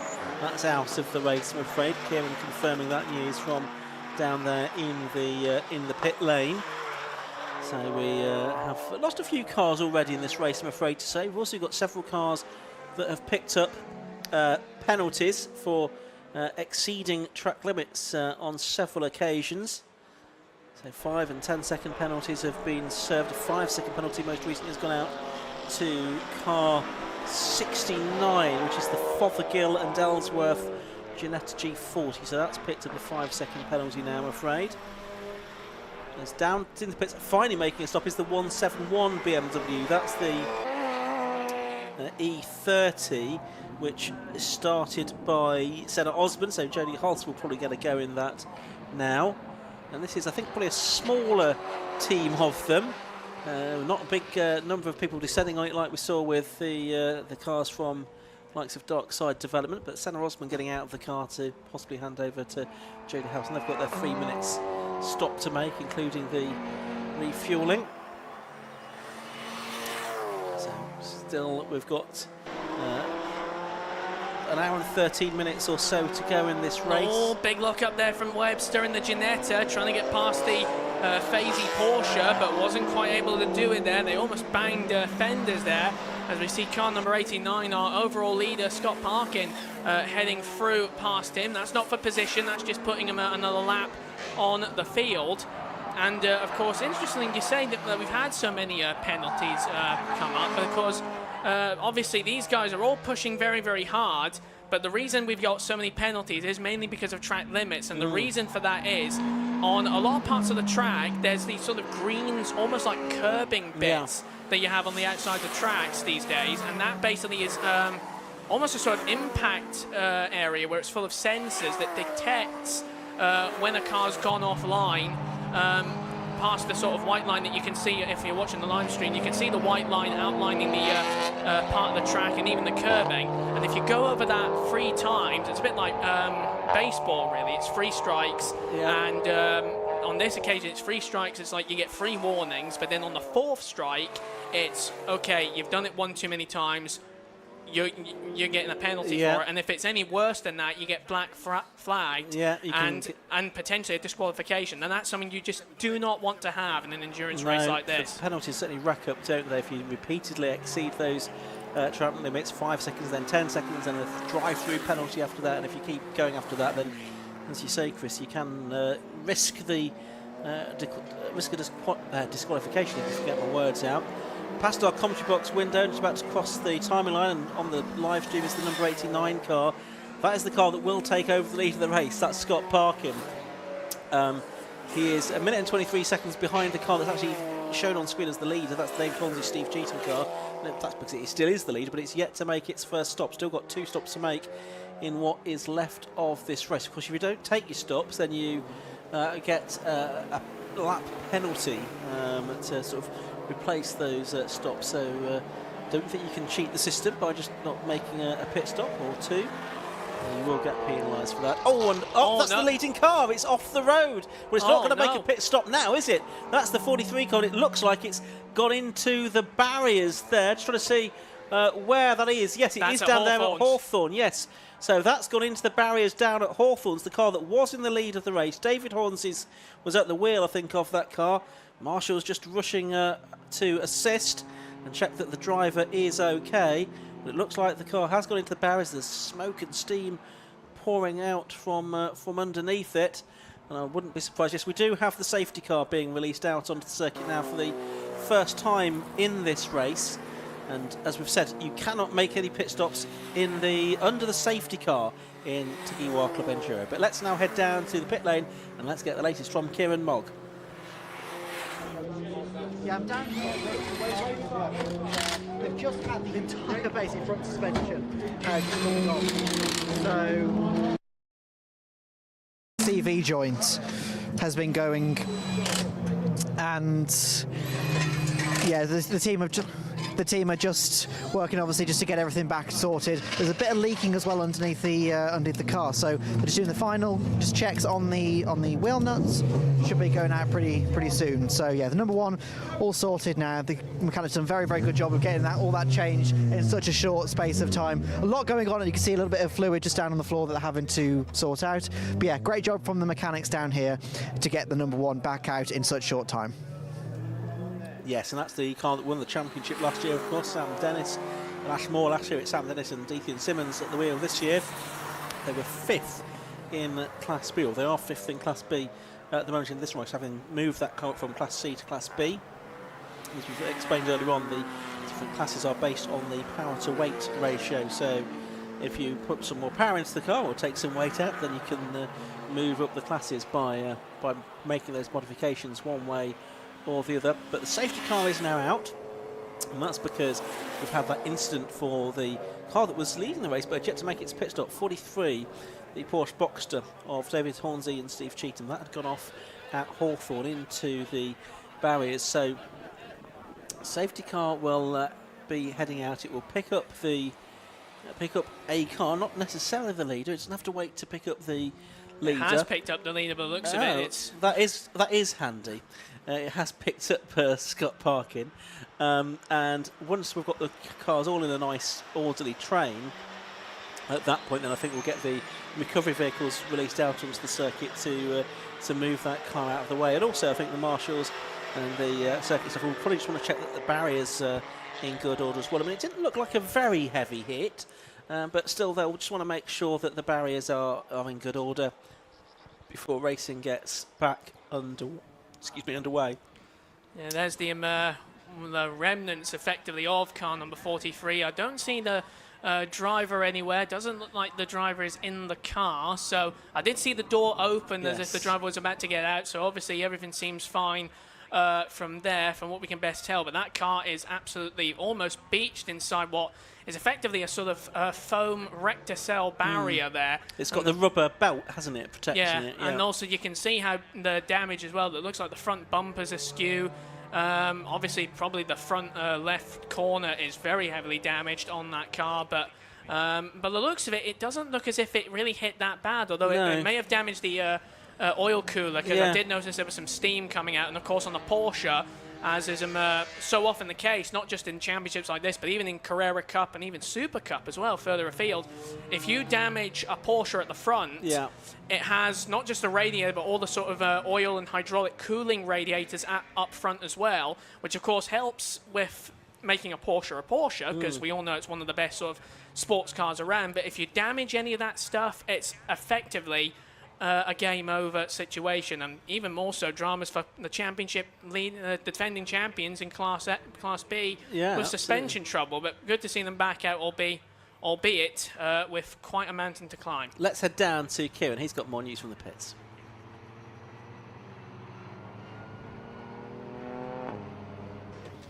I'm just down here with Ryan Parkin from car number 6, and he said there's a bit of a story going on. Yeah, dramas galore. We're not really too happy about it, but that camera's very close to my face. Yeah, so Scott and Dylan were doing pretty good at the front. Josh was troubling us quite a bit. Obviously, we got round him lap 1, so he had a little bit of a cold tyre moment. And then, saw a bit of smoke coming out of Dylan's when I was sat at turn 1 there watching with the kids. And I started sprinting up the pit lane as I saw him coming in. And it turns out that he got a limp mode with no fault code, so we can't figure that out. Then the gearbox was shifting a bit funny in 56, so we don't know what that is at the minute, so they're 2 outstanding issues. Then the clutch failed, which then meant the starter fuse blew when he tried starting it back up. So it's quite a bit of dramas. But Scott's still doing good, so we're all right. But it looked like my car had a bit more pace than Scott, at least with Dylan driving anyway.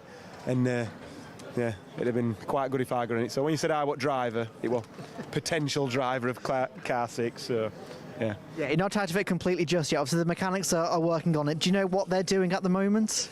They're going to change the clutch because we think either the slave cylinder's failed or the clutch itself, which I'm not sure how old that is, but it's not at the life that we used to put on them. Or we'd have changed it already. Going to do that, and then we can go out at least, if we've got 10 minutes at the end, and just figure out why it was doing the limp mode thing, because there's no fault codes, which it's very unusual for this not to throw a code when it's got a limp mode problem. But we are asking the standard, it's a transporter van ECU, we're asking a lot of that to do 2-hour endurance, 2.5-hour endurance races. So yeah. Yeah, no, fair enough. So you're essentially using the rest of it as a practice session, a test session, just to see, kind of figure out what's wrong with it and see if you can get any other data from it. Yeah, because we don't want to turn up to the next round and the first laps be limp mode, or we do 30-minute test session next time out, and then as soon as we get in the race, 40 minutes in, it decides it's not happy with X, Y, Z. We're not, like I said, we're not sure what it is yet. It could be quite a number of things at the minute. So yeah, unfortunate, but this is racing, building your own cars. It is, absolutely. Well, fingers crossed, obviously, the next round will be a bit smoother and you can get out in the rest of the race. Yeah, that'd be good. Thank you. Cheers, thank you very much. Right, back up to you guys in comms. Thank you very much, Kieran, down there. So we're still running behind the safety car. The 169 car is the only fans car now. It did pull off at a marshal's post. Marshall checked it. The car has continued, but it is limping around, and I wonder if it's out of fuel.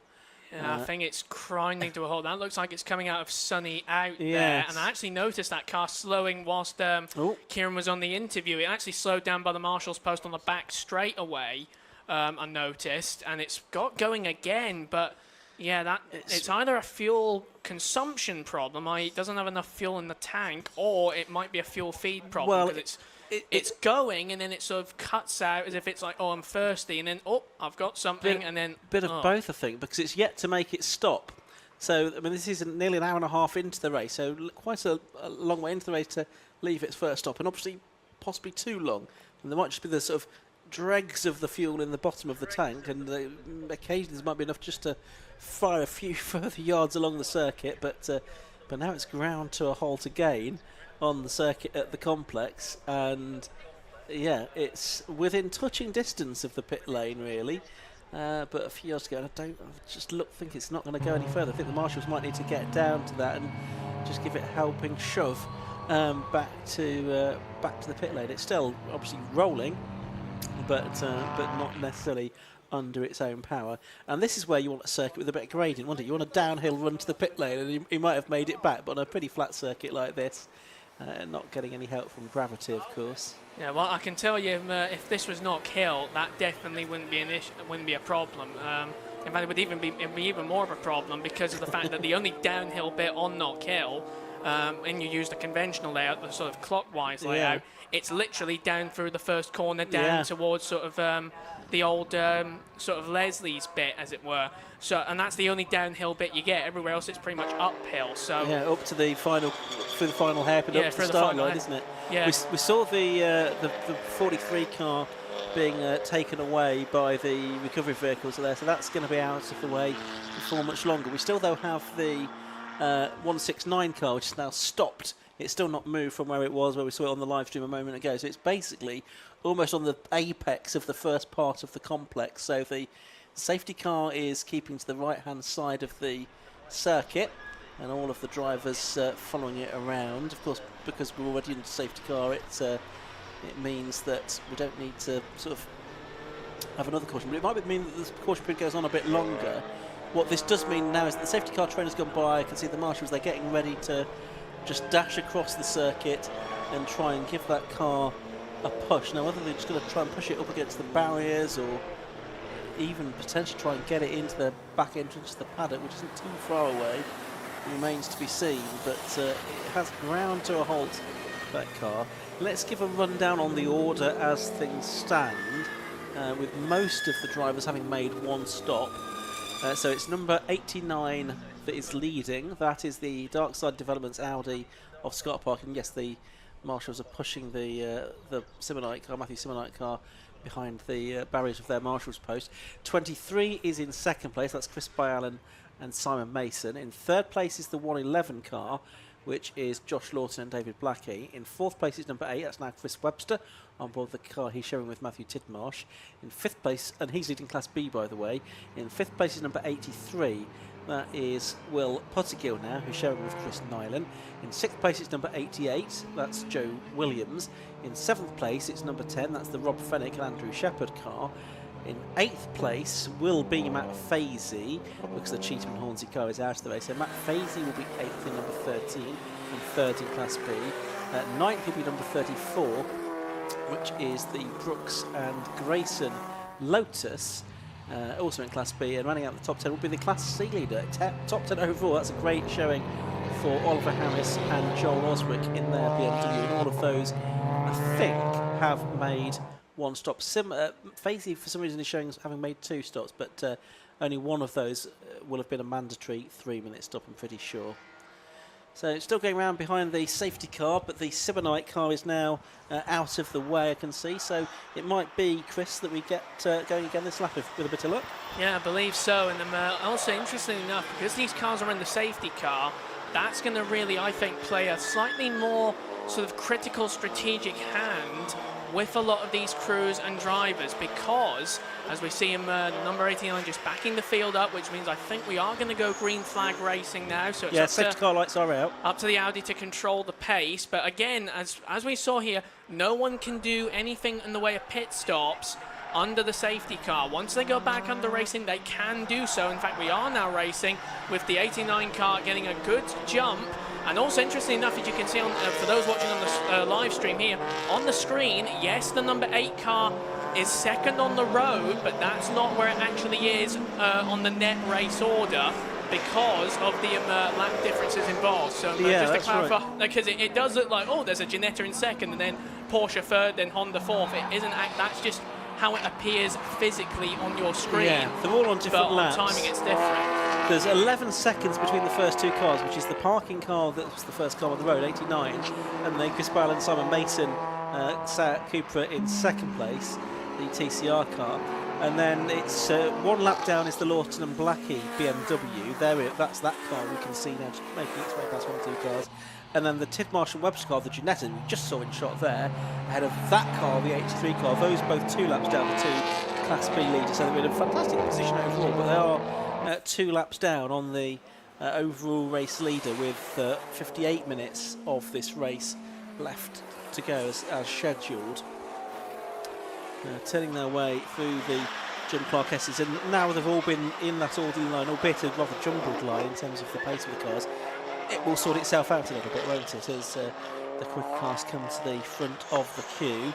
And it'll be interesting to see if anyone does start to make any pit stops at the end of this lap, because at the end of this lap, that's when they can start to make pit stops once again. They're not allowed to follow the safety car in at the end of its caution period.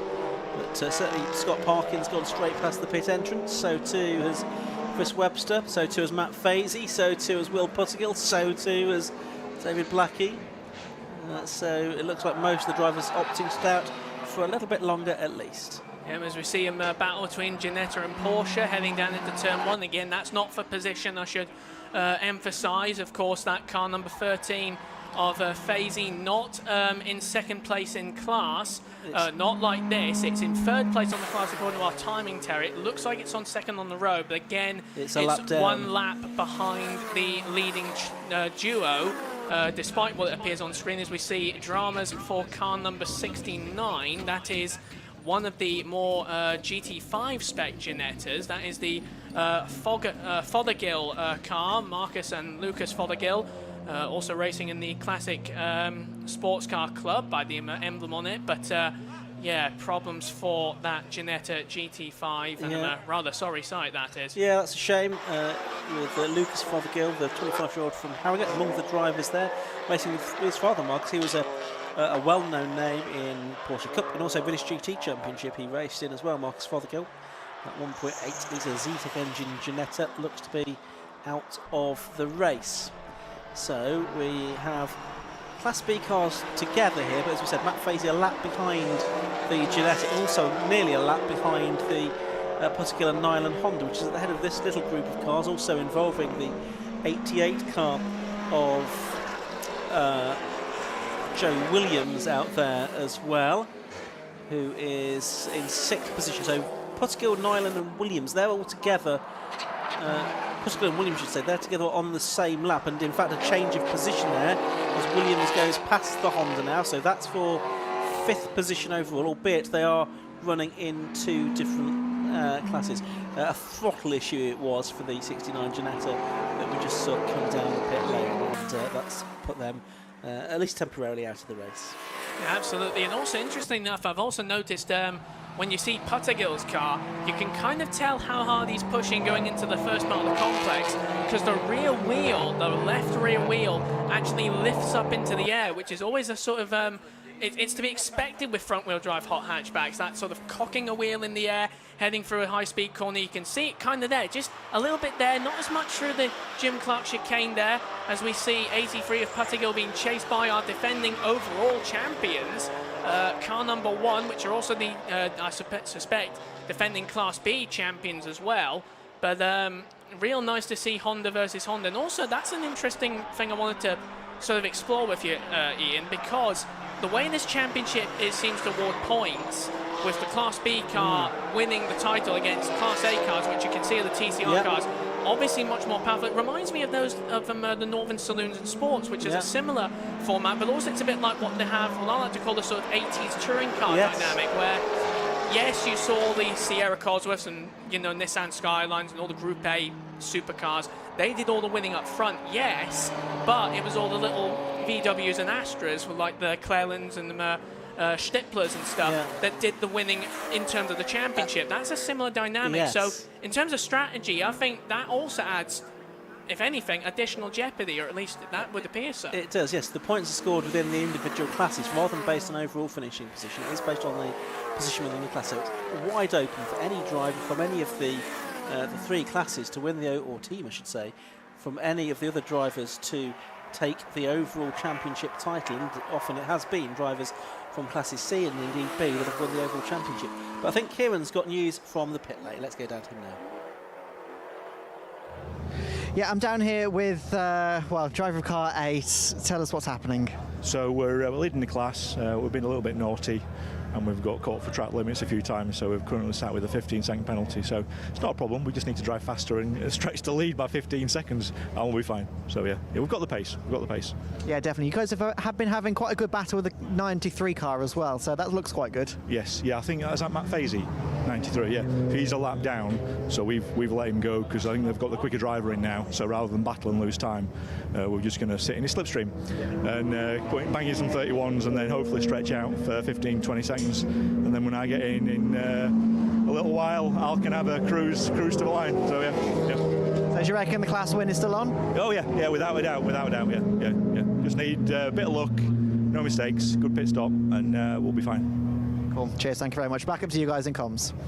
Yeah, thank you very much, Kieran. There with Matthew Titmarsh there, Chris Webster at the car of that, the wheel of that car at the moment. Just looking at the gap, then they have at the moment. It is only about 5.9 seconds, I think they have over Puttigill and Nyland at the moment. So they do need to pull out a bit more of a gap if they're to overcome the 15 seconds penalty that they have at the moment. Puttigill and Nyland and Honda don't have any penalty at all, but those track limits misdemeanors that could at the end of this race cause them to lose out on the win. And you were saying earlier on, Chris, that it's very important to adhere to the track limits, and that's exactly why, because it's been so close between those 2 on track. It would just be a real shame if it was settled by a track limits penalty. Yeah, and I like the way it was said there. We've been a bit naughty on the track, which you kind of have to be in this sort of in this multi-class racing, because this is what makes Club Enduro and even its compatriot, the Road Sports Championships, as exciting as, and also seemingly as unpredictable as it is, because you've got all these different cars, all these different specs of cars. Yes, there's 3 classes, but there's so much variety within those classes that, you know, you kind of have to push the limits from time to time. Yeah. But of course there is that very finite line between sort of genius and insanity, as it often is, or in this case, keeping on the Motorsport UK sanctioned grey stuff and the Motorsport UK sanctioned penalty stuff, which is effectively the same thing as we see. That's the 83 coming into the pits now. That's the Pottergill car coming in, so we'll try and keep an eye on this one in the pit lane if we can. It'd be interesting to see if there's a driver change there, whether that is going to be Pottergill staying in the car, if Chris Nyland is going to get back into it. So there is Pottergill getting out with the blue and yellow helmet. And there, I think the other driver is there, Chris Nyland with the green helmet. So it looks like he might be ready to get in. Refueling being done, so everyone's getting well away from the car at the moment. While that refueling is being done, there'll be someone there with a fire extinguisher. There we are as well, just in case any fuel is spilt and a fire ignites. And great care and safety being taken. Of course, they don't need to rush this. That's why one of the reasons why it's a mandatory 3-minute stop, so teams don't need to rush with the refueling. Because the last thing you want to do with these big tanks of fuel is have some kind of incident and spill some fuel. You can see they are just taking it very slowly and steadily and professionally. That Motion Motorsport Q team just getting enough fuel in to take them to the end of the race. Then the rest of the crew move in, and it looks like it is Chris Nyland getting into the car now because it's the green helmeted driver. And again, it looks like another tyre change, so they get through the tyres on this car because I think they changed tyres on the first stop as well. So nothing being left to chance here, making sure they've got enough grip for the final 50 minutes of the race. Absolutely, and also you could see there from the new set of tyres they've got on, they are of course treaded, which basically means they're kind of like the sort of tyres you use on your standard road car, as it were. They're sort of, obviously these ones aren't never going to see a second life in a quick fit anytime soon, not with the way this car seems to demand stuff from them, but they do look very sort of like the ones you'd find in a tyre shop, like in the dealership. Obviously, these ones are going to see a lot more wear and tear over the next about an hour, just under an hour in fact, then they're probably going to see over the next 20 to 30 years of highway service. And you can also see there as well them just tightening the lug nuts up there individually, and also interestingly enough, you can hear them in the background there, the air gun going off.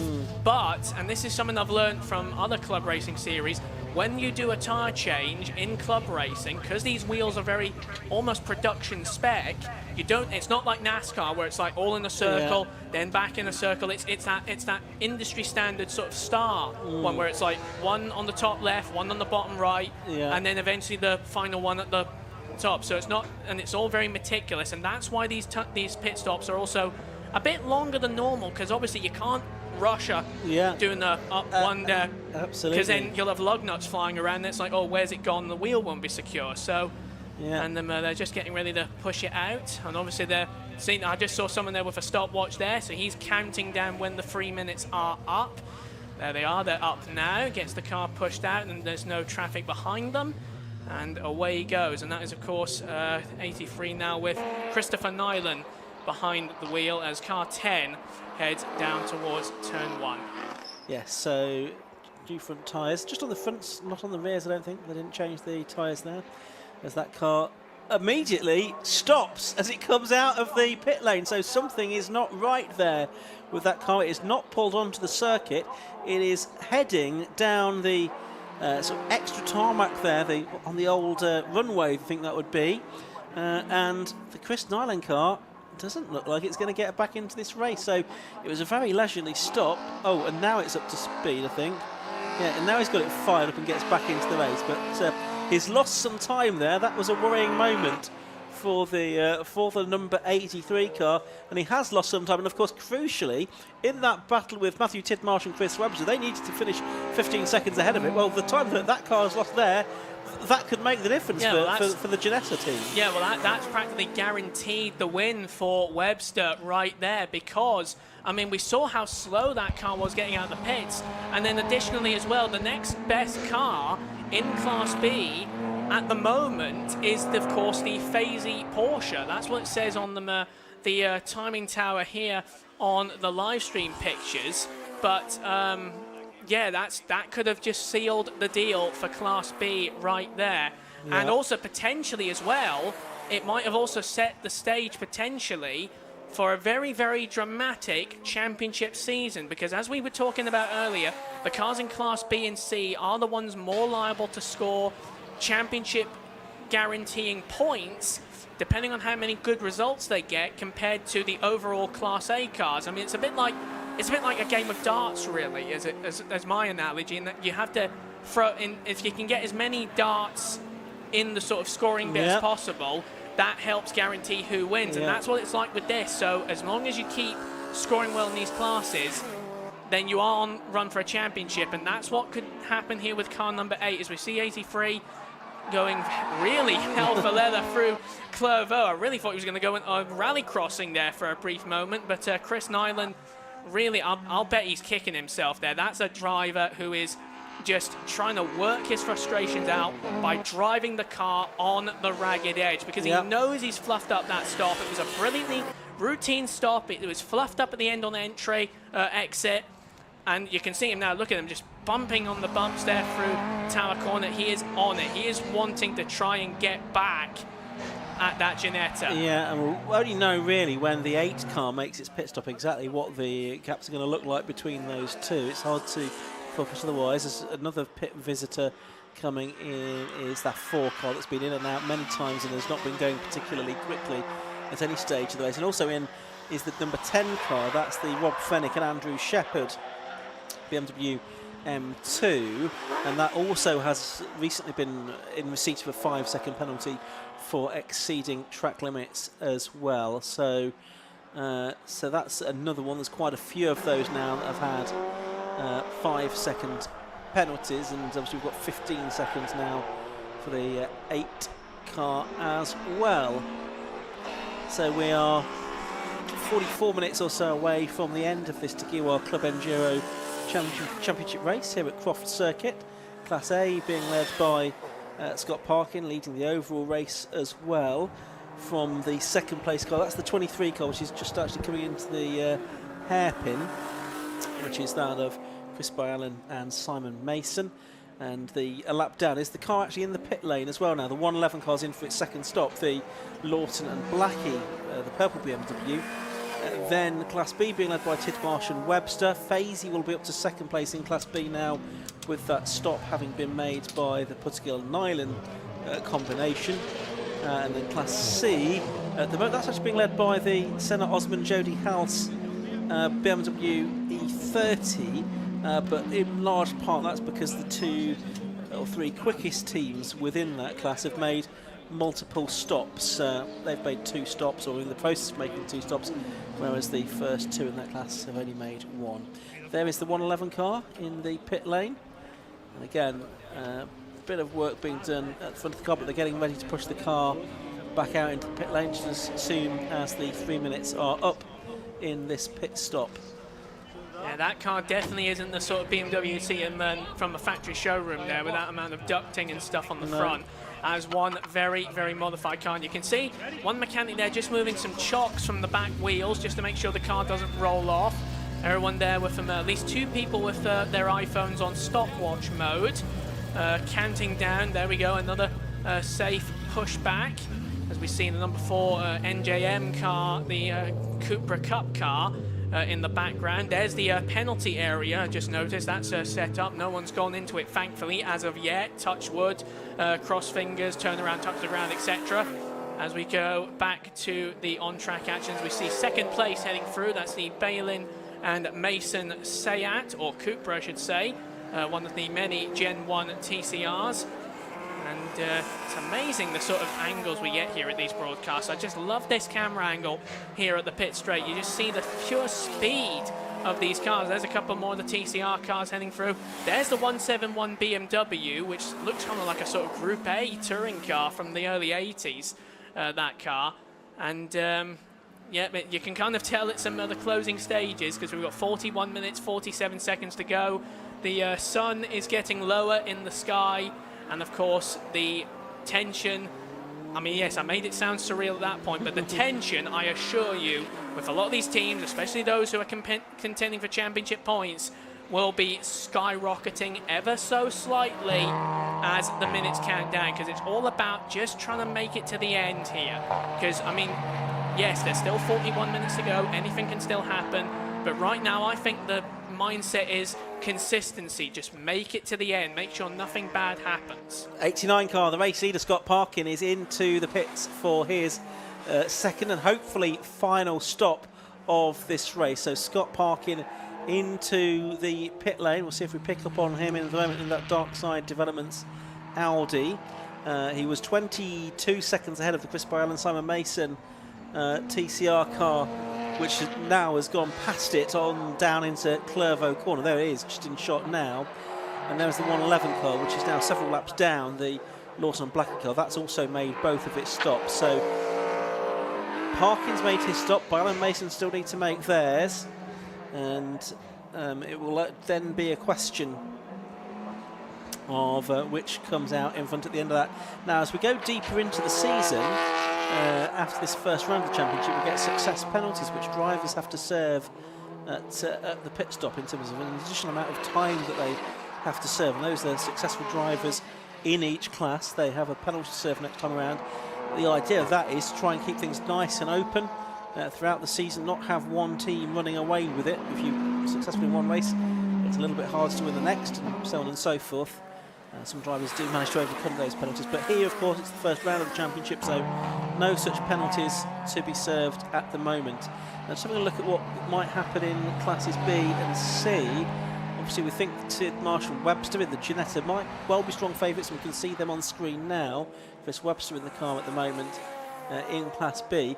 Class C, once the Ferguson and Luke Collins second place in Class C is now in the pit lane, as we're watching on screen the 89 car of Scott Parkin having a tyre change.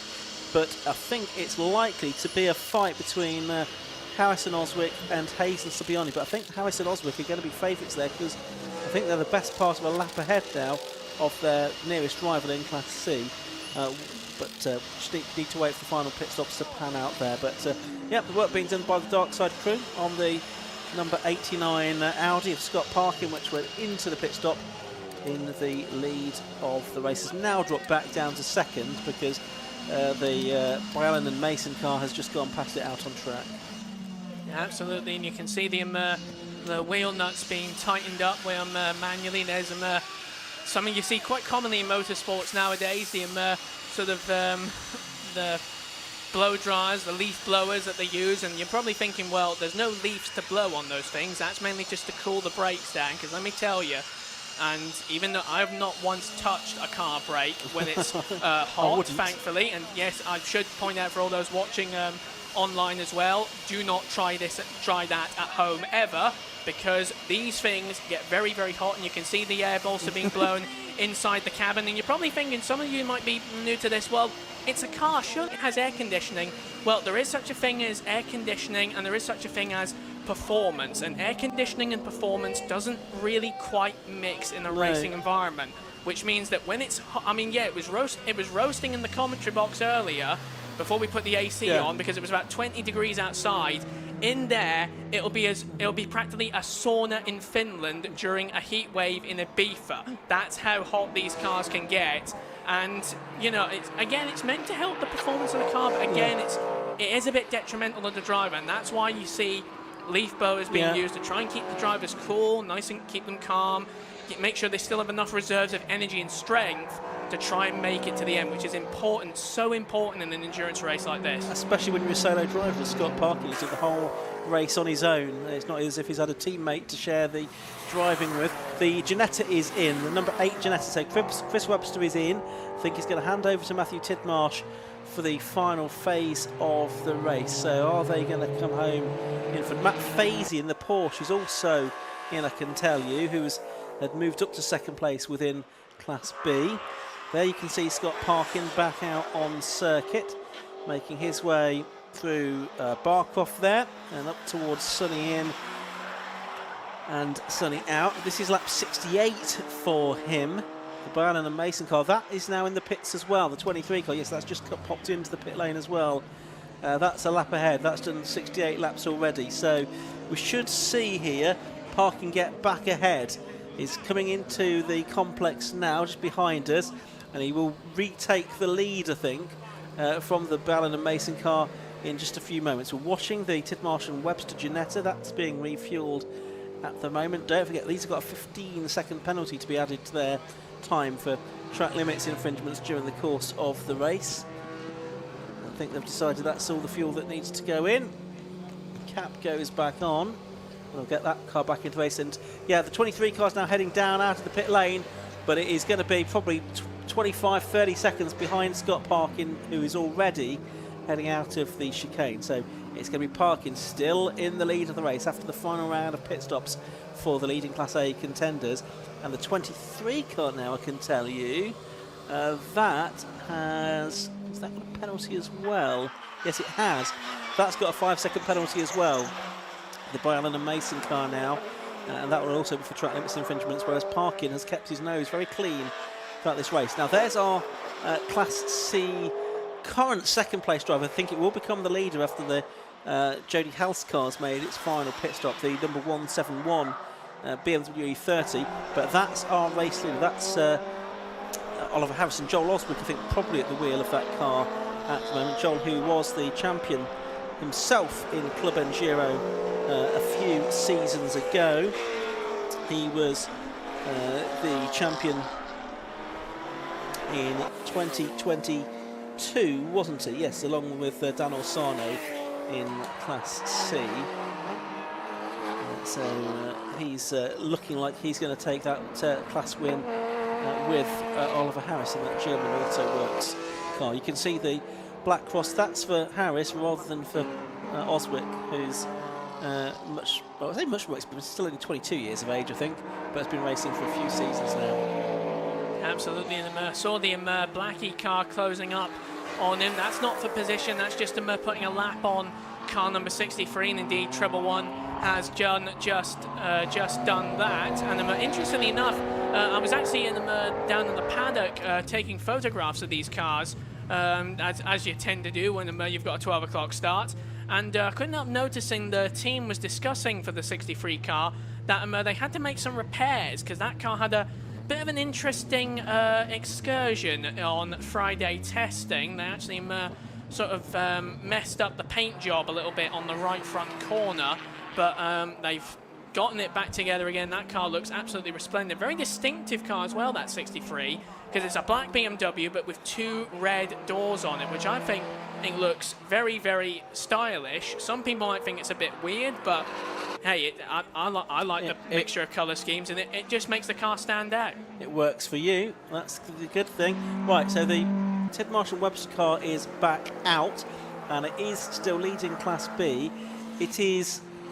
Well, I think we just need to wait for it to come through to complete another lap, just to be certain of the gap back to the second place car in Class B. So we'll get a confirmation of that, but it's looking like it's going to be over a minute back to the second place car in Class B, which is going to be the particular Nyland car, which of course made that very smooth stop, but then didn't get out of the pit lane smoothly at all when Chris Nyland was back at the wheel. And there is the Ginetta out in front in that class. I think it's Matthew Tidmarsh now back at the wheel of that particular car. Car 111, I've been told, has some gearbox issues. Oh, that is the Josh Lawton and David Blackie car. It is still out there, and it's in 4th position at the moment in Class A. And there's that number 4 car, which is the Alex Neville and Michael Wright Seat, which has been in trouble for the whole race, really. It's a shame that they've not had a smooth run. And there you can see Matt Fazy, who is 3rd in Class B, but he's a lap behind the Ginetta, which is the Class B leader, just ahead of it on the road, but it's ahead plus 1 lap effectively. There is the second car in that class, and it's coming through now. So it's not quite as much as I thought, the gap. It's going to come up to the line now to complete another lap. Let's have a look at the gap as the timing screen updates itself. It's 18.389 seconds. Now, they needed a 15-second gap, didn't they? The Tidmarsh and Webster combination, the Ginetta, and they've got that 15-second gap now. Is it going to stay that way? That's the question. Yeah, it does look very marginal, though, especially when you consider that Chris Nyland, again, even now, is still, to my eye, still driving the wheels and lug nuts off that 83 machine, because we saw how, you know, it bogged down out of the pit lane. And, of course, 18 seconds might sound like a lot, But if this car can find an extra 3 seconds and maybe even 4 seconds, or at least 3.5 seconds of time on that Ginetta, and we've got just over 31 minutes remaining, then this car could still win the class in Class B because of that 15-second penalty.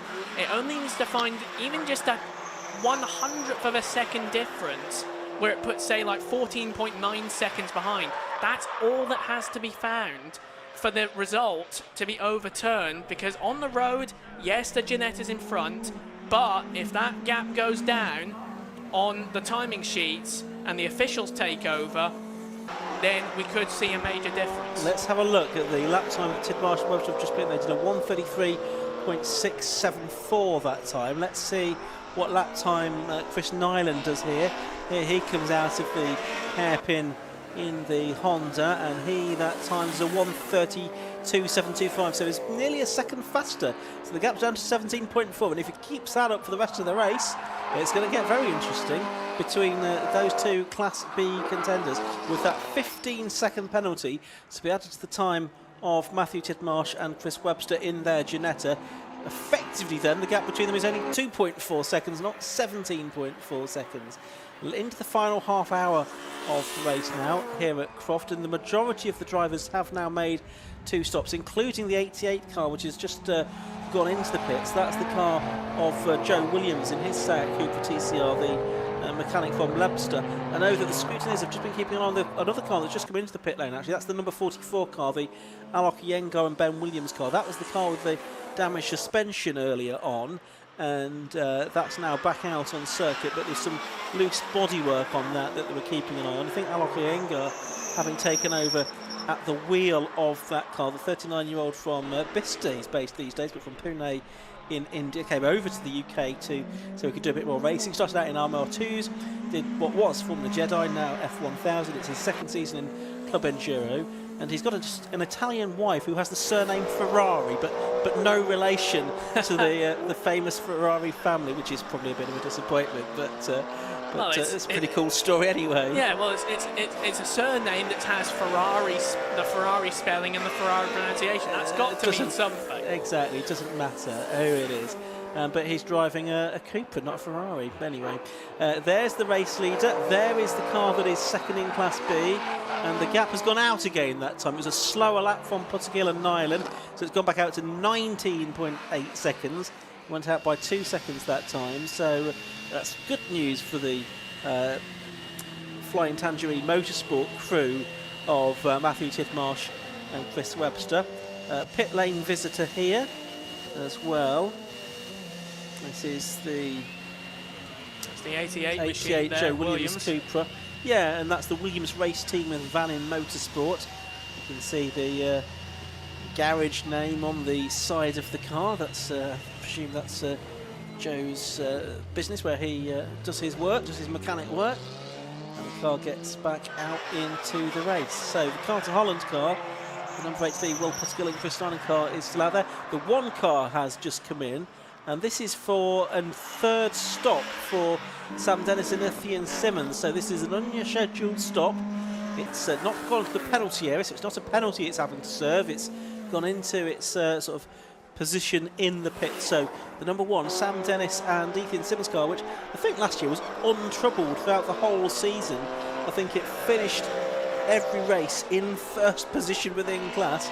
It looks like it might have a mechanical issue here that's going to be a setback at the start of the 2025 season. Well, maybe it is a scheduled stop because they're putting fuel in. It is a third stop though for that crew, so there maybe there's a sort of second stop in between that was an unscheduled one, if you like, and this is a scheduled one. I think maybe that second stop that you refer to was the one where they had to fix up the suspension on the car, because Kieran was saying that they were fixing up the suspension on that machine. Obviously, it's a more routine stop now, and by the looks of it, they're going to be changing tyres again. And again, this is another front-wheel drive car that's getting through its front tyres much more rapidly than the rear tyres. But then that's to be expected with a car like that, because it's got And there's problems for the number 111, but looks of it, it just got out the way there of the leading Audi, although that might have been just a battle for traffic there. Well, we know that Kieran reported earlier on that car was having gearbox issues, so maybe that car, which is showing in third place and there's on the smoke timing coming screen, from it. yeah, there's some telltale signs there that it's not going to be making it to the end of this race. So we'll see if that comes into the pits at the end of this lap, which is such a shame, into the final 20-odd minutes of this race, if that's not going to make it to the end. Yeah, that's pretty turbulent now. Yes, it's getting worse, isn't it? So is that a wheel? It's coming off the brakes, possibly, is it?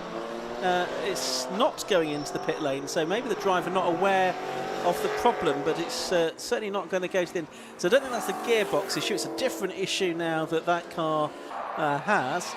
It's still continuing on, and that is the. Yeah, I was just trying to work out from that shot what the issue might be, but anyway, it's continuing for the moment. That lap that it just completed was a 1:33, so about 6 seconds off what that car is capable of.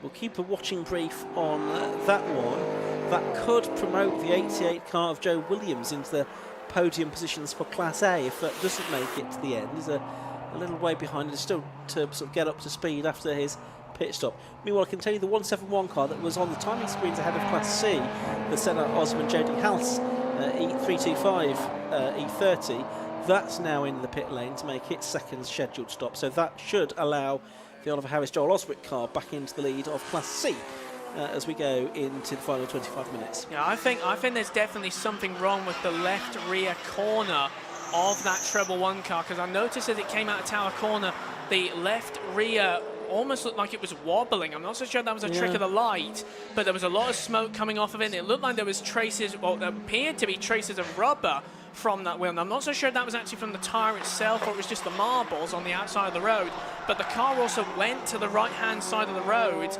very wide actually on the right-hand side of the road to the approach of Tower Corner, and that was actually when it was being passed by the 83 Honda, and it's still smoking from the left rear. You can see it there. I'm not so sure, is that tyre rub or is that I mean yes, we know it has a gearbox problem, but that doesn't appear to be a gearbox issue. It's not. It could well be, as you say, tyre rubbing on the bodywork. That lap was a 1:42, so another sort of 10 seconds slower than the previous lap, so clearly a problem, but still the driver hasn't come into the pits, so maybe they're just trying to nurse the problem home.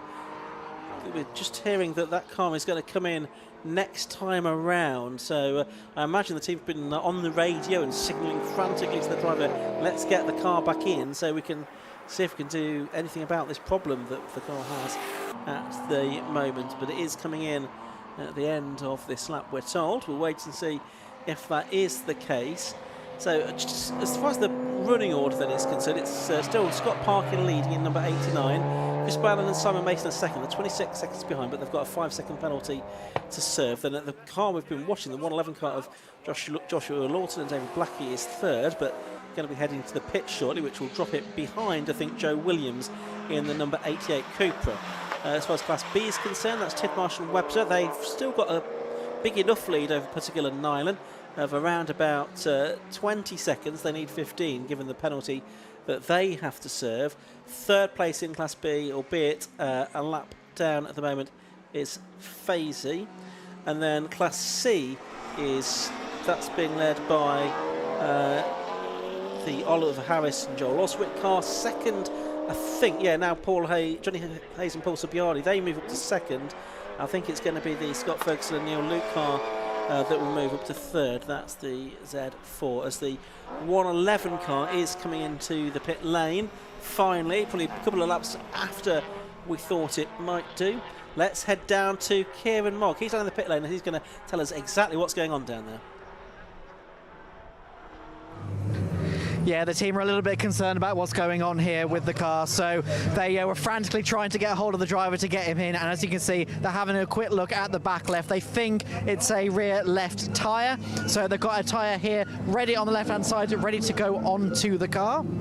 As you can see, just jacking it up now, just to make sure there's no other issues. I can't see anything on there at all at the moment, but obviously I don't have the best view. The mechanics are having a proper look, but they're struggling to get the tyre off, so something's going on there.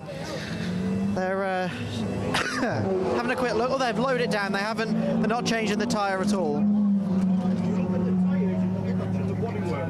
Yeah, so the tyre's catching on the bodywork, says one of the marshals. So they're going to push it out as is. Yes, rear left, you can see. Oh, the wheel stopped. Okay, so it looks like there's something broken on the rear left suspension. The entire wheel just moved back. So they're probably going to have to come in the next time around and either retire or change some parts on that rear left suspension. Wasn't the tyre, turned out to be something on the suspension. Back to you guys. Yeah, okay, so we'll see what happens next if that car gets back around again to make another stop. Either way, I think it's going to be out of an overall and Class A podium paying position now. There we can see on track that is the Z4 just going through shot, the number 37 car of Scott Ferguson and Neil Luke, which I think is going to be on the Class C podium today. There going through shot was the 111 BMW that's just been into the pits for that check over, but I don't think it's sort of resolved the issue, as we've been hearing. Down towards Tower it goes. It's not handling well, is it, as you can tell? That car's definitely on its last legs there, because I mean we saw what happened in the pit lane there. That was really unusual there when they couldn't get the tyre off the car there, and then we saw, I mean, that looked actually rather disturbing almost, with the way the tyre looked as if it was the car was sagging almost on the left rear wheel, and then of course when it got going, the left rear wheel, and you'll back me up on this, Ian, it actually almost shot inside the wheel arch. It was almost as if it was sort of outside, and then when it got going it sort of like went inside. So definitely something suspension-based wrong with that car. Yeah, and I think we're going to get a replay of it here. Yeah, there we go. And so you can see behind the driver. Yeah, so you can see there it's rubbing against the wheel. Yeah. And it looks like it's perfectly fine, but then watch when it goes forward. You can see it. Look there. Yeah. It just sneaks inside. That's not supposed to happen. It's almost as if like the wheel was almost attached, but then not quite attached. He stayed out as well, although he's now going to see the black and orange mechanical warning flag, which means that he will need to come back in because he's now being told to come back in by the officials, where the scrutineers will want to have a look at that car before it's allowed back out on track again. But I suspect they might, not with the time available in the race, be able to fix that car again. But it's surprising that the driver's staying out, really, because it's obviously not handling well at all. So I think he would be very well advised to pay heed to that black and orange mechanical warning flag, and probably the team on the radio, and bring that car in. He's certainly driving some reduced pace now down the back straight. I think he's probably got the message there that he needs to bring the car in. So it does now mean that up into third place has gone the 88 car of Joe Williams, so he's up into a podium paying position.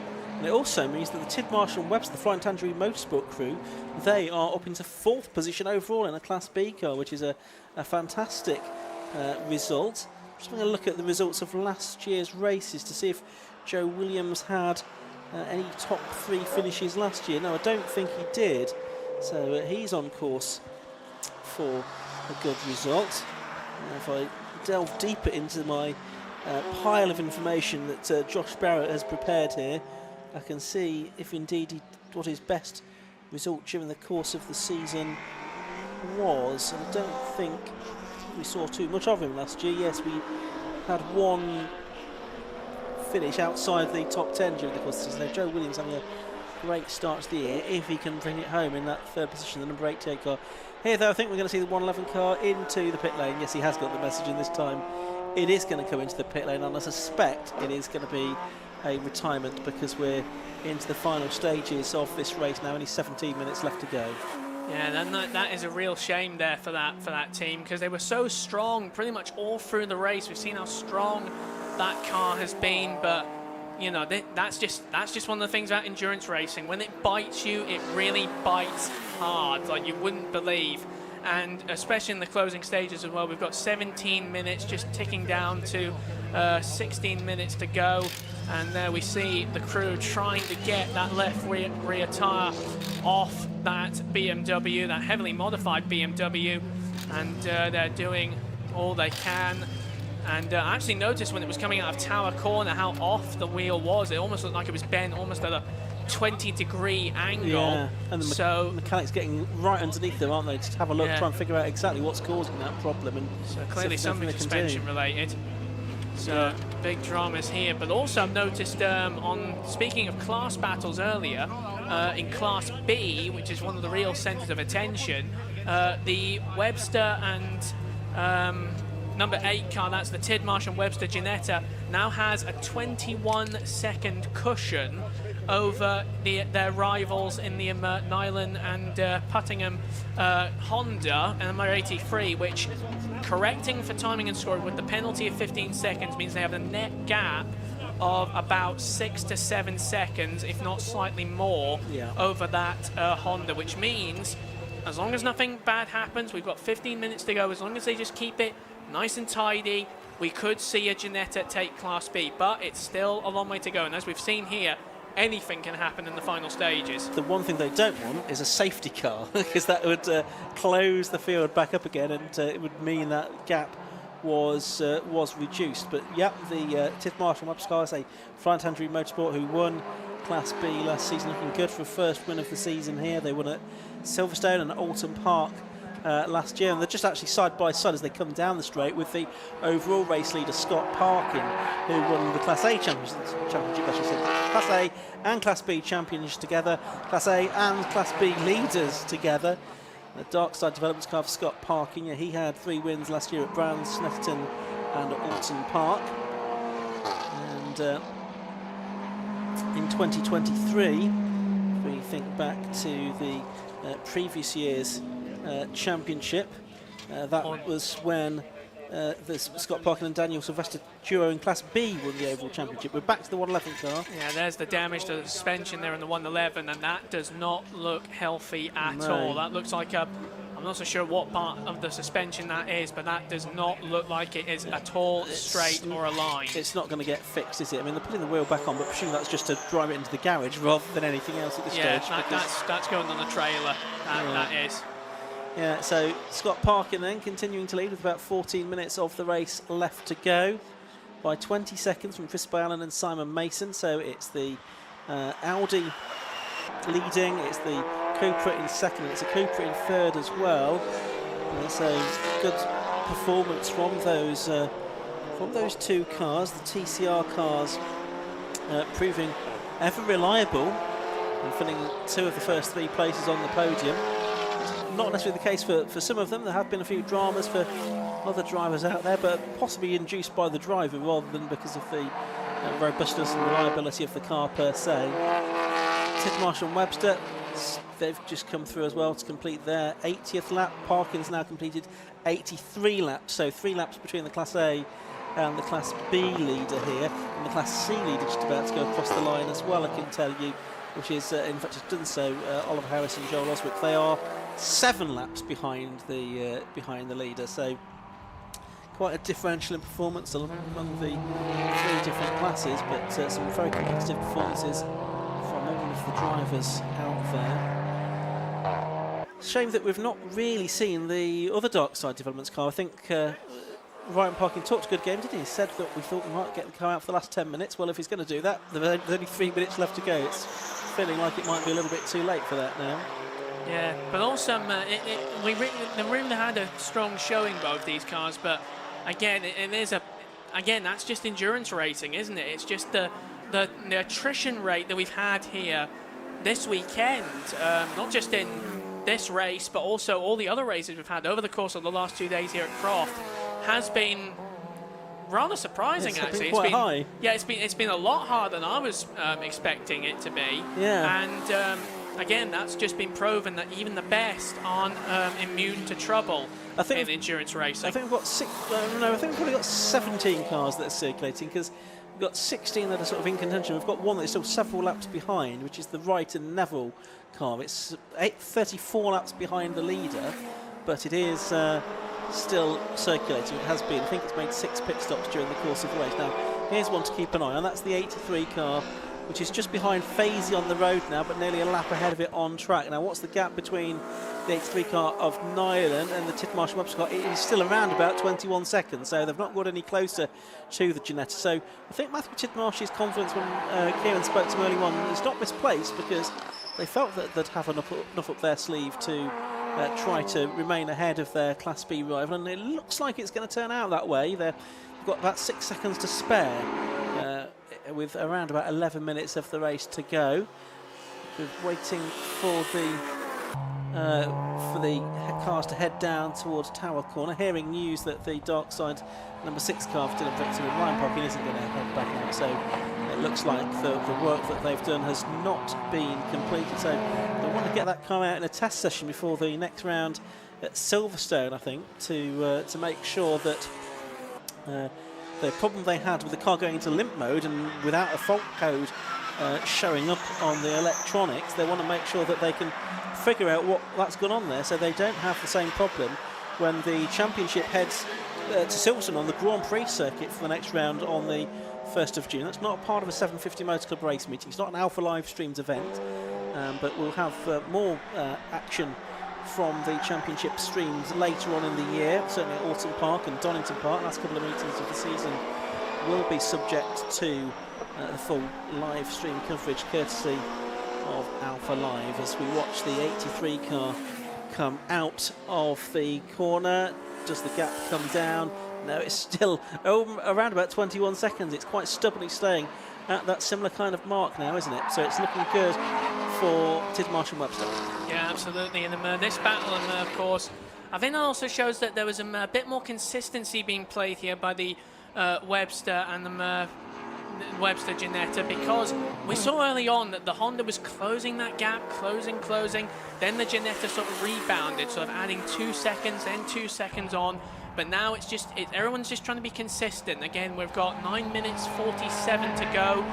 There's not really much need to push it at the moment. It's just about managing gaps, just try and make sure everything's in a rhythm, in decent flux, as we hear some tire screeching. That was actually the 89 car going through. That car still being pushed hard, as we see our Class C leader, that is the Oliver Harris and Joel Oswig BMW, still running fairly well, and they are 10th overall as well. So we've got the top 4 in Class A rounding out the 1st to 3rd and then 6th. Top 5 in Class B rounding out 4th, 5th, then 7th through 9th, and then 10th is this BMW that is on screen now. If you're watching the live stream, of course, car number 63, that is our Class C leading contender.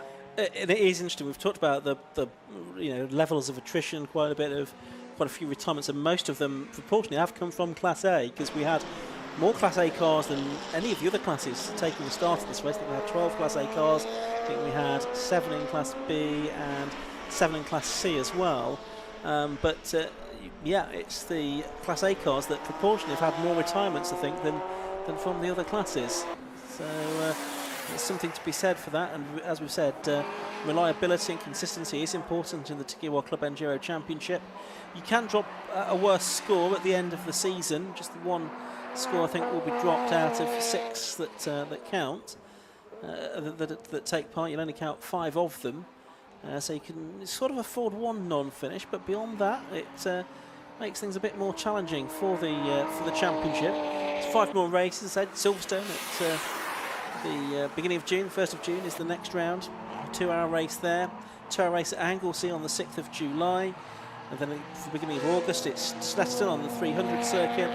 Alton Park in September, and then Donington Park on the Grand Prix circuit on the 12th of October. The final round of the championship, another 2-hour race. They're all 2 hours now from here, apart from Alton Park, which is slightly shorter, 100-minute race. But we've got 7.5 minutes or so to go here.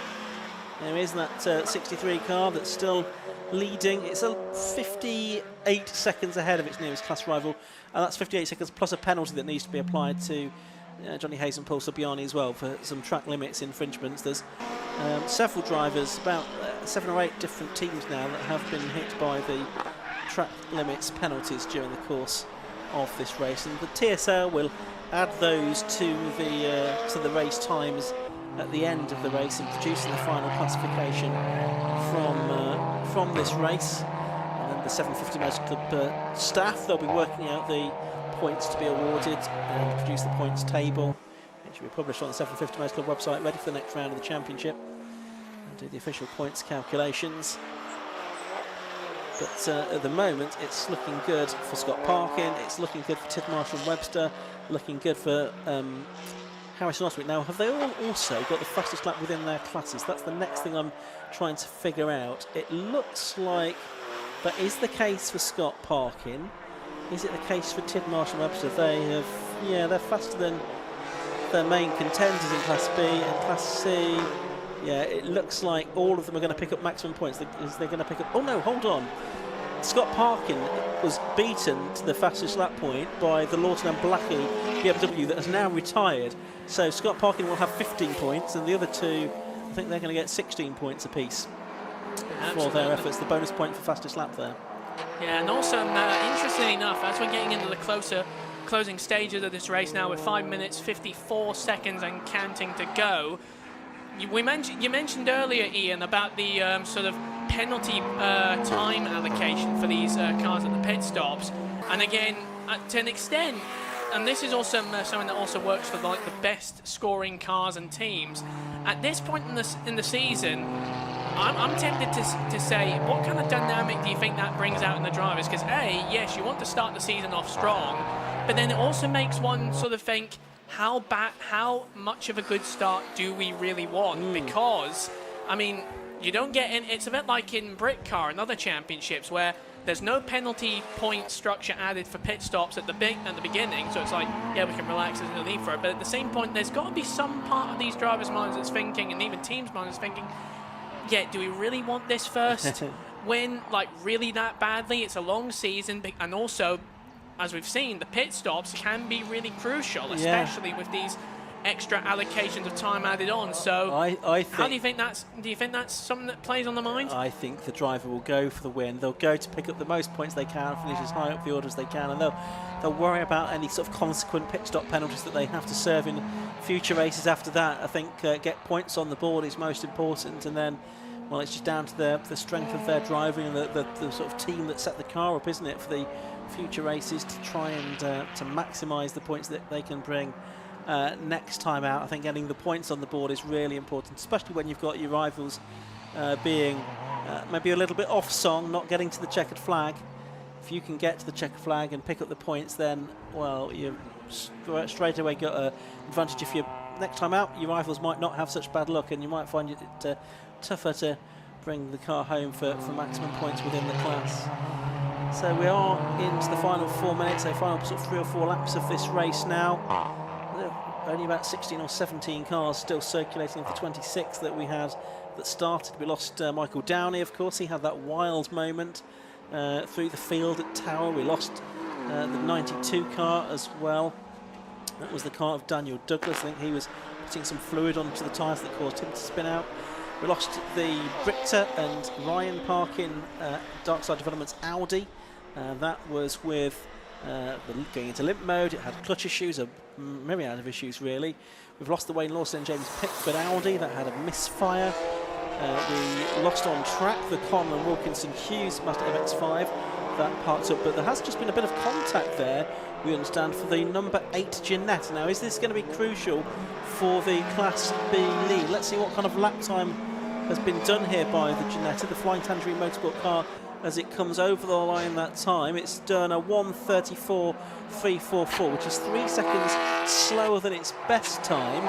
What is the gap going to be to the Chris Nyland and Will Puttergill on the Civic? That's about to come over the line now. It still feels like it's well over 15 seconds to me, and the gap between them is, well, it's 17 seconds, so it has come down by 4 seconds on that lap. Are we going to get some late drama as we go into the last couple of laps to see what happened there with the Tidmarsh and Webster Ginetta? It looks to be going okay though, Chris? Yeah, well, as far as from what I've been seeing on the timings for the Ginetta have been fairly consistent. They've still been hovering around the 17 to 19 second bracket, but that contact that we were informed about, that seemed to be a case of the number 23 TCR car. That's the Byerlin and Mason car, just scooting its way up the inside of the Ginetta, but there was another car, I think the Lotus there. One of the Lotuses was also involved, and it was just a case of 3 into 1, just barely going through the complex there, and there was a slight touch, or at least some dust being kicked up, but it doesn't seem to have affected anybody, certainly no damage. There's the Lotus there, the number 34 car. That was the one that the TCR car tried to get past as well as the Ginetta. But it seemed there was just a sort of a slight disagreement of like, oh, whose real estate is which. But it seems like everything's still hunky-dory. Let's have a look. What lap times does the car do this time? It's up and over the line again to complete another lap, and it's back into the 132. So not down to its ultimate pace, but a bit quicker than it was on the previous lap. The Chris Nyland Honda is just rounding the hairpin there. You can see the number 83 car. 17 point something seconds was the gap on the previous lap. What's the gap going to be now? It's still around about 17 seconds. They did very similar lap times that time. 132.4 for the Ginetta, 132.2 for the Honda. And we've also had a change of position overall as well, because in fifth place the Honda was in fifth, but it's now been passed by the Shepherd number 10 car. That's the Robert Fennick and Andrew Shepherd BMW N2 Cup car. That's now fifth overall, fourth in its Class A division, but now fifth in front of Nyland. And I think that might have added that might have given a bit more of a buffer between the Honda and the Ginetta because of that BMW making the pass, as we see the leaders coming down with 23 seconds to go. So this is the last lap. Yeah, last lap board has just gone out to Scott Parkin in the number 89 car then. He's led most of the race. Obviously, we had the 111 BMW, which had those late suspension drums. The Lawson and Blackie BMW, that was leading in the early part of the race briefly. We lost, of course, the other Dark Side Developments Audi of Ryan Parkin. It was Dylan Bricks, though, that did the driving. Ryan didn't ever get behind the wheel, bless him. But it's Scott Parkin here. He's driven a good controlled race here. Solo driver, so very consistent throughout the whole race here. He's turning his way through the Jim Clark S's for the final time. Left and right he flicks. Up towards Sunny he goes. He's got a 20-second advantage over his Class A rival as he works his way around this final lap. So looking to bring his car home for a strong win here in the opening round of the season. Out of Sunny he goes. Now a short stretch up towards the complex. Just 3 more corners to go for Scott Parkin. The man from Barnsley, the director of Dark Side Developments, turns his way turns his way right through the complex, then just up to the hairpin for the 93rd and final time in this Tegiwa Club Enduro Championship race. Out of the final corner he goes, accelerating his way to the checkered flag, which is hanging out now, and there it goes. Round 1 of the Tegiwa Club Enduro Championship is won by Scott Parkin in the Dark Side Developments Audi TT diesel-engined car. Here's our Class B leader. That's the Flying Tangerine Motorsport car. It's Matthew Tidmarsh, I think, at the wheel of the moment. The car shared with Chris Webster. They're turning their way through the final few corners, needing to finish at least 15 seconds clear of the Buttergill and Nyland car. Meanwhile, over the line there goes the Class C winner. That is the Oliver Harris and Joel Oswick car. And there, well, let's keep our fingers crossed for them. Are they going to be the Class B winner? Tidmarsh and Webster, the blue Honda that is chasing them down, is just rounding the hairpin for the final time. The Motion Motorsport car of Chris Nyland and Will Puttergill, are they going to finish within 15 seconds? There was 17 seconds behind on the last lap. I think they flash their lights as they go over the line, and the gap is, with the times corrected, now 4.4 seconds. So the penalty has been applied. It's about 19.4 seconds the gap. And so our 3 class winners, Scott Parkin 89, Class B to Tidmarsh and Webster in the Ginetta, and Class C, Harris and Oswick in the BMW. What a great race we had there, Chris. Yeah, absolutely. It lights to flag, non-stop action we've had here from the Club Enduro, and so much drama as well. We had so many fascinating storylines as well of drivers that we thought would win it, but then sort of fell at the last hurdle. I mean, the 111 car we thought was a real contender, had been all through until that suspension drama. But brilliant driving from everybody, brilliant result for the 63 team, and of course the number 8 Ginetta taking 2 Class B wins in 2 days in 2 different championships. A brilliant, strong start to the season for them. And of course, in Class A, 3 Volkswagen Group cars, an Audi and 2 Gen 1 TCRs rounding out the top 3. Yeah. A strong result, but there is flashing the lights there in Le Mans style symphony is of course the Parkin number 89 Audi. Fantastic drive from everybody and a brilliant way to end what has been a cracking weekend of racing. Certainly was, and thank you for your help, Chris. It's been good to have you on the commentary with us for this Club Enduro race. We're going to have a look at the result then. 89 Scott Parkin, the race winner. 93 laps he completed in the Dark Side Developments Audi TT TDI. 27.3 seconds clear of the number 23 car, Chris Brown and Simon Mason, their Cooper TCR. A similar car in third place. A great podium finish for number 88, Joe Williams. Albeit 3 laps down, it doesn't matter how many laps down you are, he's still on the Class A podium. The 8 car won in Class B, was 4th overall. Matthew Tidmarsh and Chris Webster in the Ginetta G40. 3 laps behind the leader, 4.4 seconds ahead of Puttigill Nyland on corrected times. The 83 car was in 5th and 2nd in Class B. Rounding out the top 6 was the number 10 BMW M2 of Rob Fennick and Andrew Shepherd. 3rd place in Class C was the number 13 car of Matthew Fazy. 8th place went the way of number 34, that was the Ben Brooks and Philip Grayson, Lotus Elise. 9th to number 1, Sam Dennis and Ethan Simmons in the Honda Civic Type R. And then rounding out the top 10, our Class C winner, Oliver Harris and Joel Oswick. Great performance from Oliver on his first race as a 16-year-old in Club Enduro. 11th and 2nd in Class C was the Hayes and Subiani E36 2.8 Compact, and rounding out an all BMW podium in Class C, the 171 car, Senna Osman and Jody Halton, the E3325i. Then it was Ferguson and Luke's Z4, actually 4 BMWs of all different kinds in the first 4 places in Class C. Then Henry Salisbury and Olivia Salisbury Honda Civic Type R was 14th. 15th after a few dramas, Alok Yengar and Ben Williams in the Seat Cupra. And I think the rest of them, some of them still circulating at the end, but certainly the 111 car of Lawson and Blackie, that was in the pits by the end of that race. And a lot of retirements. So my thanks to Chris Hosey, who's been up here in the commentary box with me today. Many thanks to all of the marshals who've done such sterling work today, and all of the other officials of the 750 Motor Club, the rescue crew, the scrutineers, the timekeepers, all of those that work behind the scenes in the Clerk of the Courses office as well to make these race meetings possible. So many thanks to all of them for their hard work behind the scenes to make this race meeting such a success and deliver such an exciting conclusion with that Tegiwa Club Enduro Championship race. A reminder that the 750 Motor Club are back here at Croft on the 20th and 21st of September. I think it's the final car race meeting of the season at Croft, so we look forward to bringing that to you. I think the next race meeting is the No Limits Bikes at the end of May here at Croft, so you've got a month to wait for that. 750 Motor Club are next in action at Silverstone in 2 weeks' time. Join us for that on Alpha Live. But for now, from Chris and myself, we'll say goodnight. We'll hand down to Kieran in the pit lane to talk to our successful drivers in Tegiwa Club Enduro. With the overall race winner, that was, well, sweaty. Yeah, exactly. Yeah, thank you very much for pointing that out. I hope I ain't dripped on you. So yeah, it was pretty challenging at the start in a nice little battle between me, Josh and Ryan. Well, Dylan, Ryan's car, but Dylan driving, swapping places a little bit. I think it was mainly the traffic that sort of didn't help us out. So, you know, sometimes I gained, sometimes they gained. That's just the way it goes with the multi-class racing. So it's a bit of a shame, really, to see Josh slow down, and then I'm not quite sure what happened to them. And then Dylan had to retire.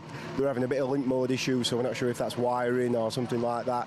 I think the clutch might not have been too happy either. So not ideal, but I suppose these things happen, don't they? So I'm just glad that we could at least bring this one home, so the lads have got something to be proud about this weekend. Because yeah, yesterday were not the best. Well, the least said about that, the better, I think. But yeah, so at least we've got one of the cars on the top step. Yeah, 100%. Obviously, a bit of a garage of mixed fortunes this weekend and today in general, but obviously ended with the win. Couldn't ask for more in terms of this car for you. Yeah, exactly. If we just look at this race, for me, happy days. But yeah, I'm still worried about everything else while I'm out on the track. So yeah, like I say, bittersweet, but yeah, we're all good. Absolutely. Well, congratulations on the win, and look forward to see you out there next time. Yeah, thanks a lot. Cheers. Thank you very much. All right, so we'll head to our Class C winner next, number 63 Harris Oswick car. If we just jump in here, guys, congratulations! What a win. Thank you. Yeah, it was a great day, and yeah, brilliant race. Yeah, good, thanks. Yeah, Ollie did a fantastic job in the first stint. He got us in a good position, and I did a 1 hour stint, and yeah, it went really well. It had a little issue halfway through, but Ollie managed to handle it to the end, so yeah, really impressed. And how are you guys finding the traffic management out there? Today wasn't too bad, but testing was definitely, everyone was trying to overtake you, but today they've been not too bad, and yeah, great race. And how's the competition for you? It was tough to begin with. Ollie had a fast driver on at hand, so he managed that really well, and then we managed to catch them up in the middle stint and pass them, and then yeah, Ollie just maintained it at the end, and we did really well. Amazing. Well, congratulations. Anybody you'd like to thank at all? German Autoworks, definitely. Amazing car, quick as ever, and Mum and Dad for coming out, and the rest of German Autoworks team, really. Yeah. Yeah, so German Autoworks, Mum, Dad, girlfriend as well, Madison. Cheers. Congratulations then. Thanks, guys. Cheers. Thank you. Say again, sorry? The youngest ever driver. Youngest ever driver. Yeah, he's only 16. 16 years old. 16 years old, You're making me feel old. Jesus. Right. Thanks for that. All right. Well, Class B win over here in the Ginetta. These guys had a bit of a. Oh, sorry. Let me just jump in here. Penalty halfway through the race, but you said you're going to win, and you did. Yeah, that was a tough one. That had to really wring its neck in the last half an hour there. So yeah, really pleased with that. Yeah, hard work. Need a bigger icebox. And you were having a bit of trouble from the 83 car. They were right on the back of you.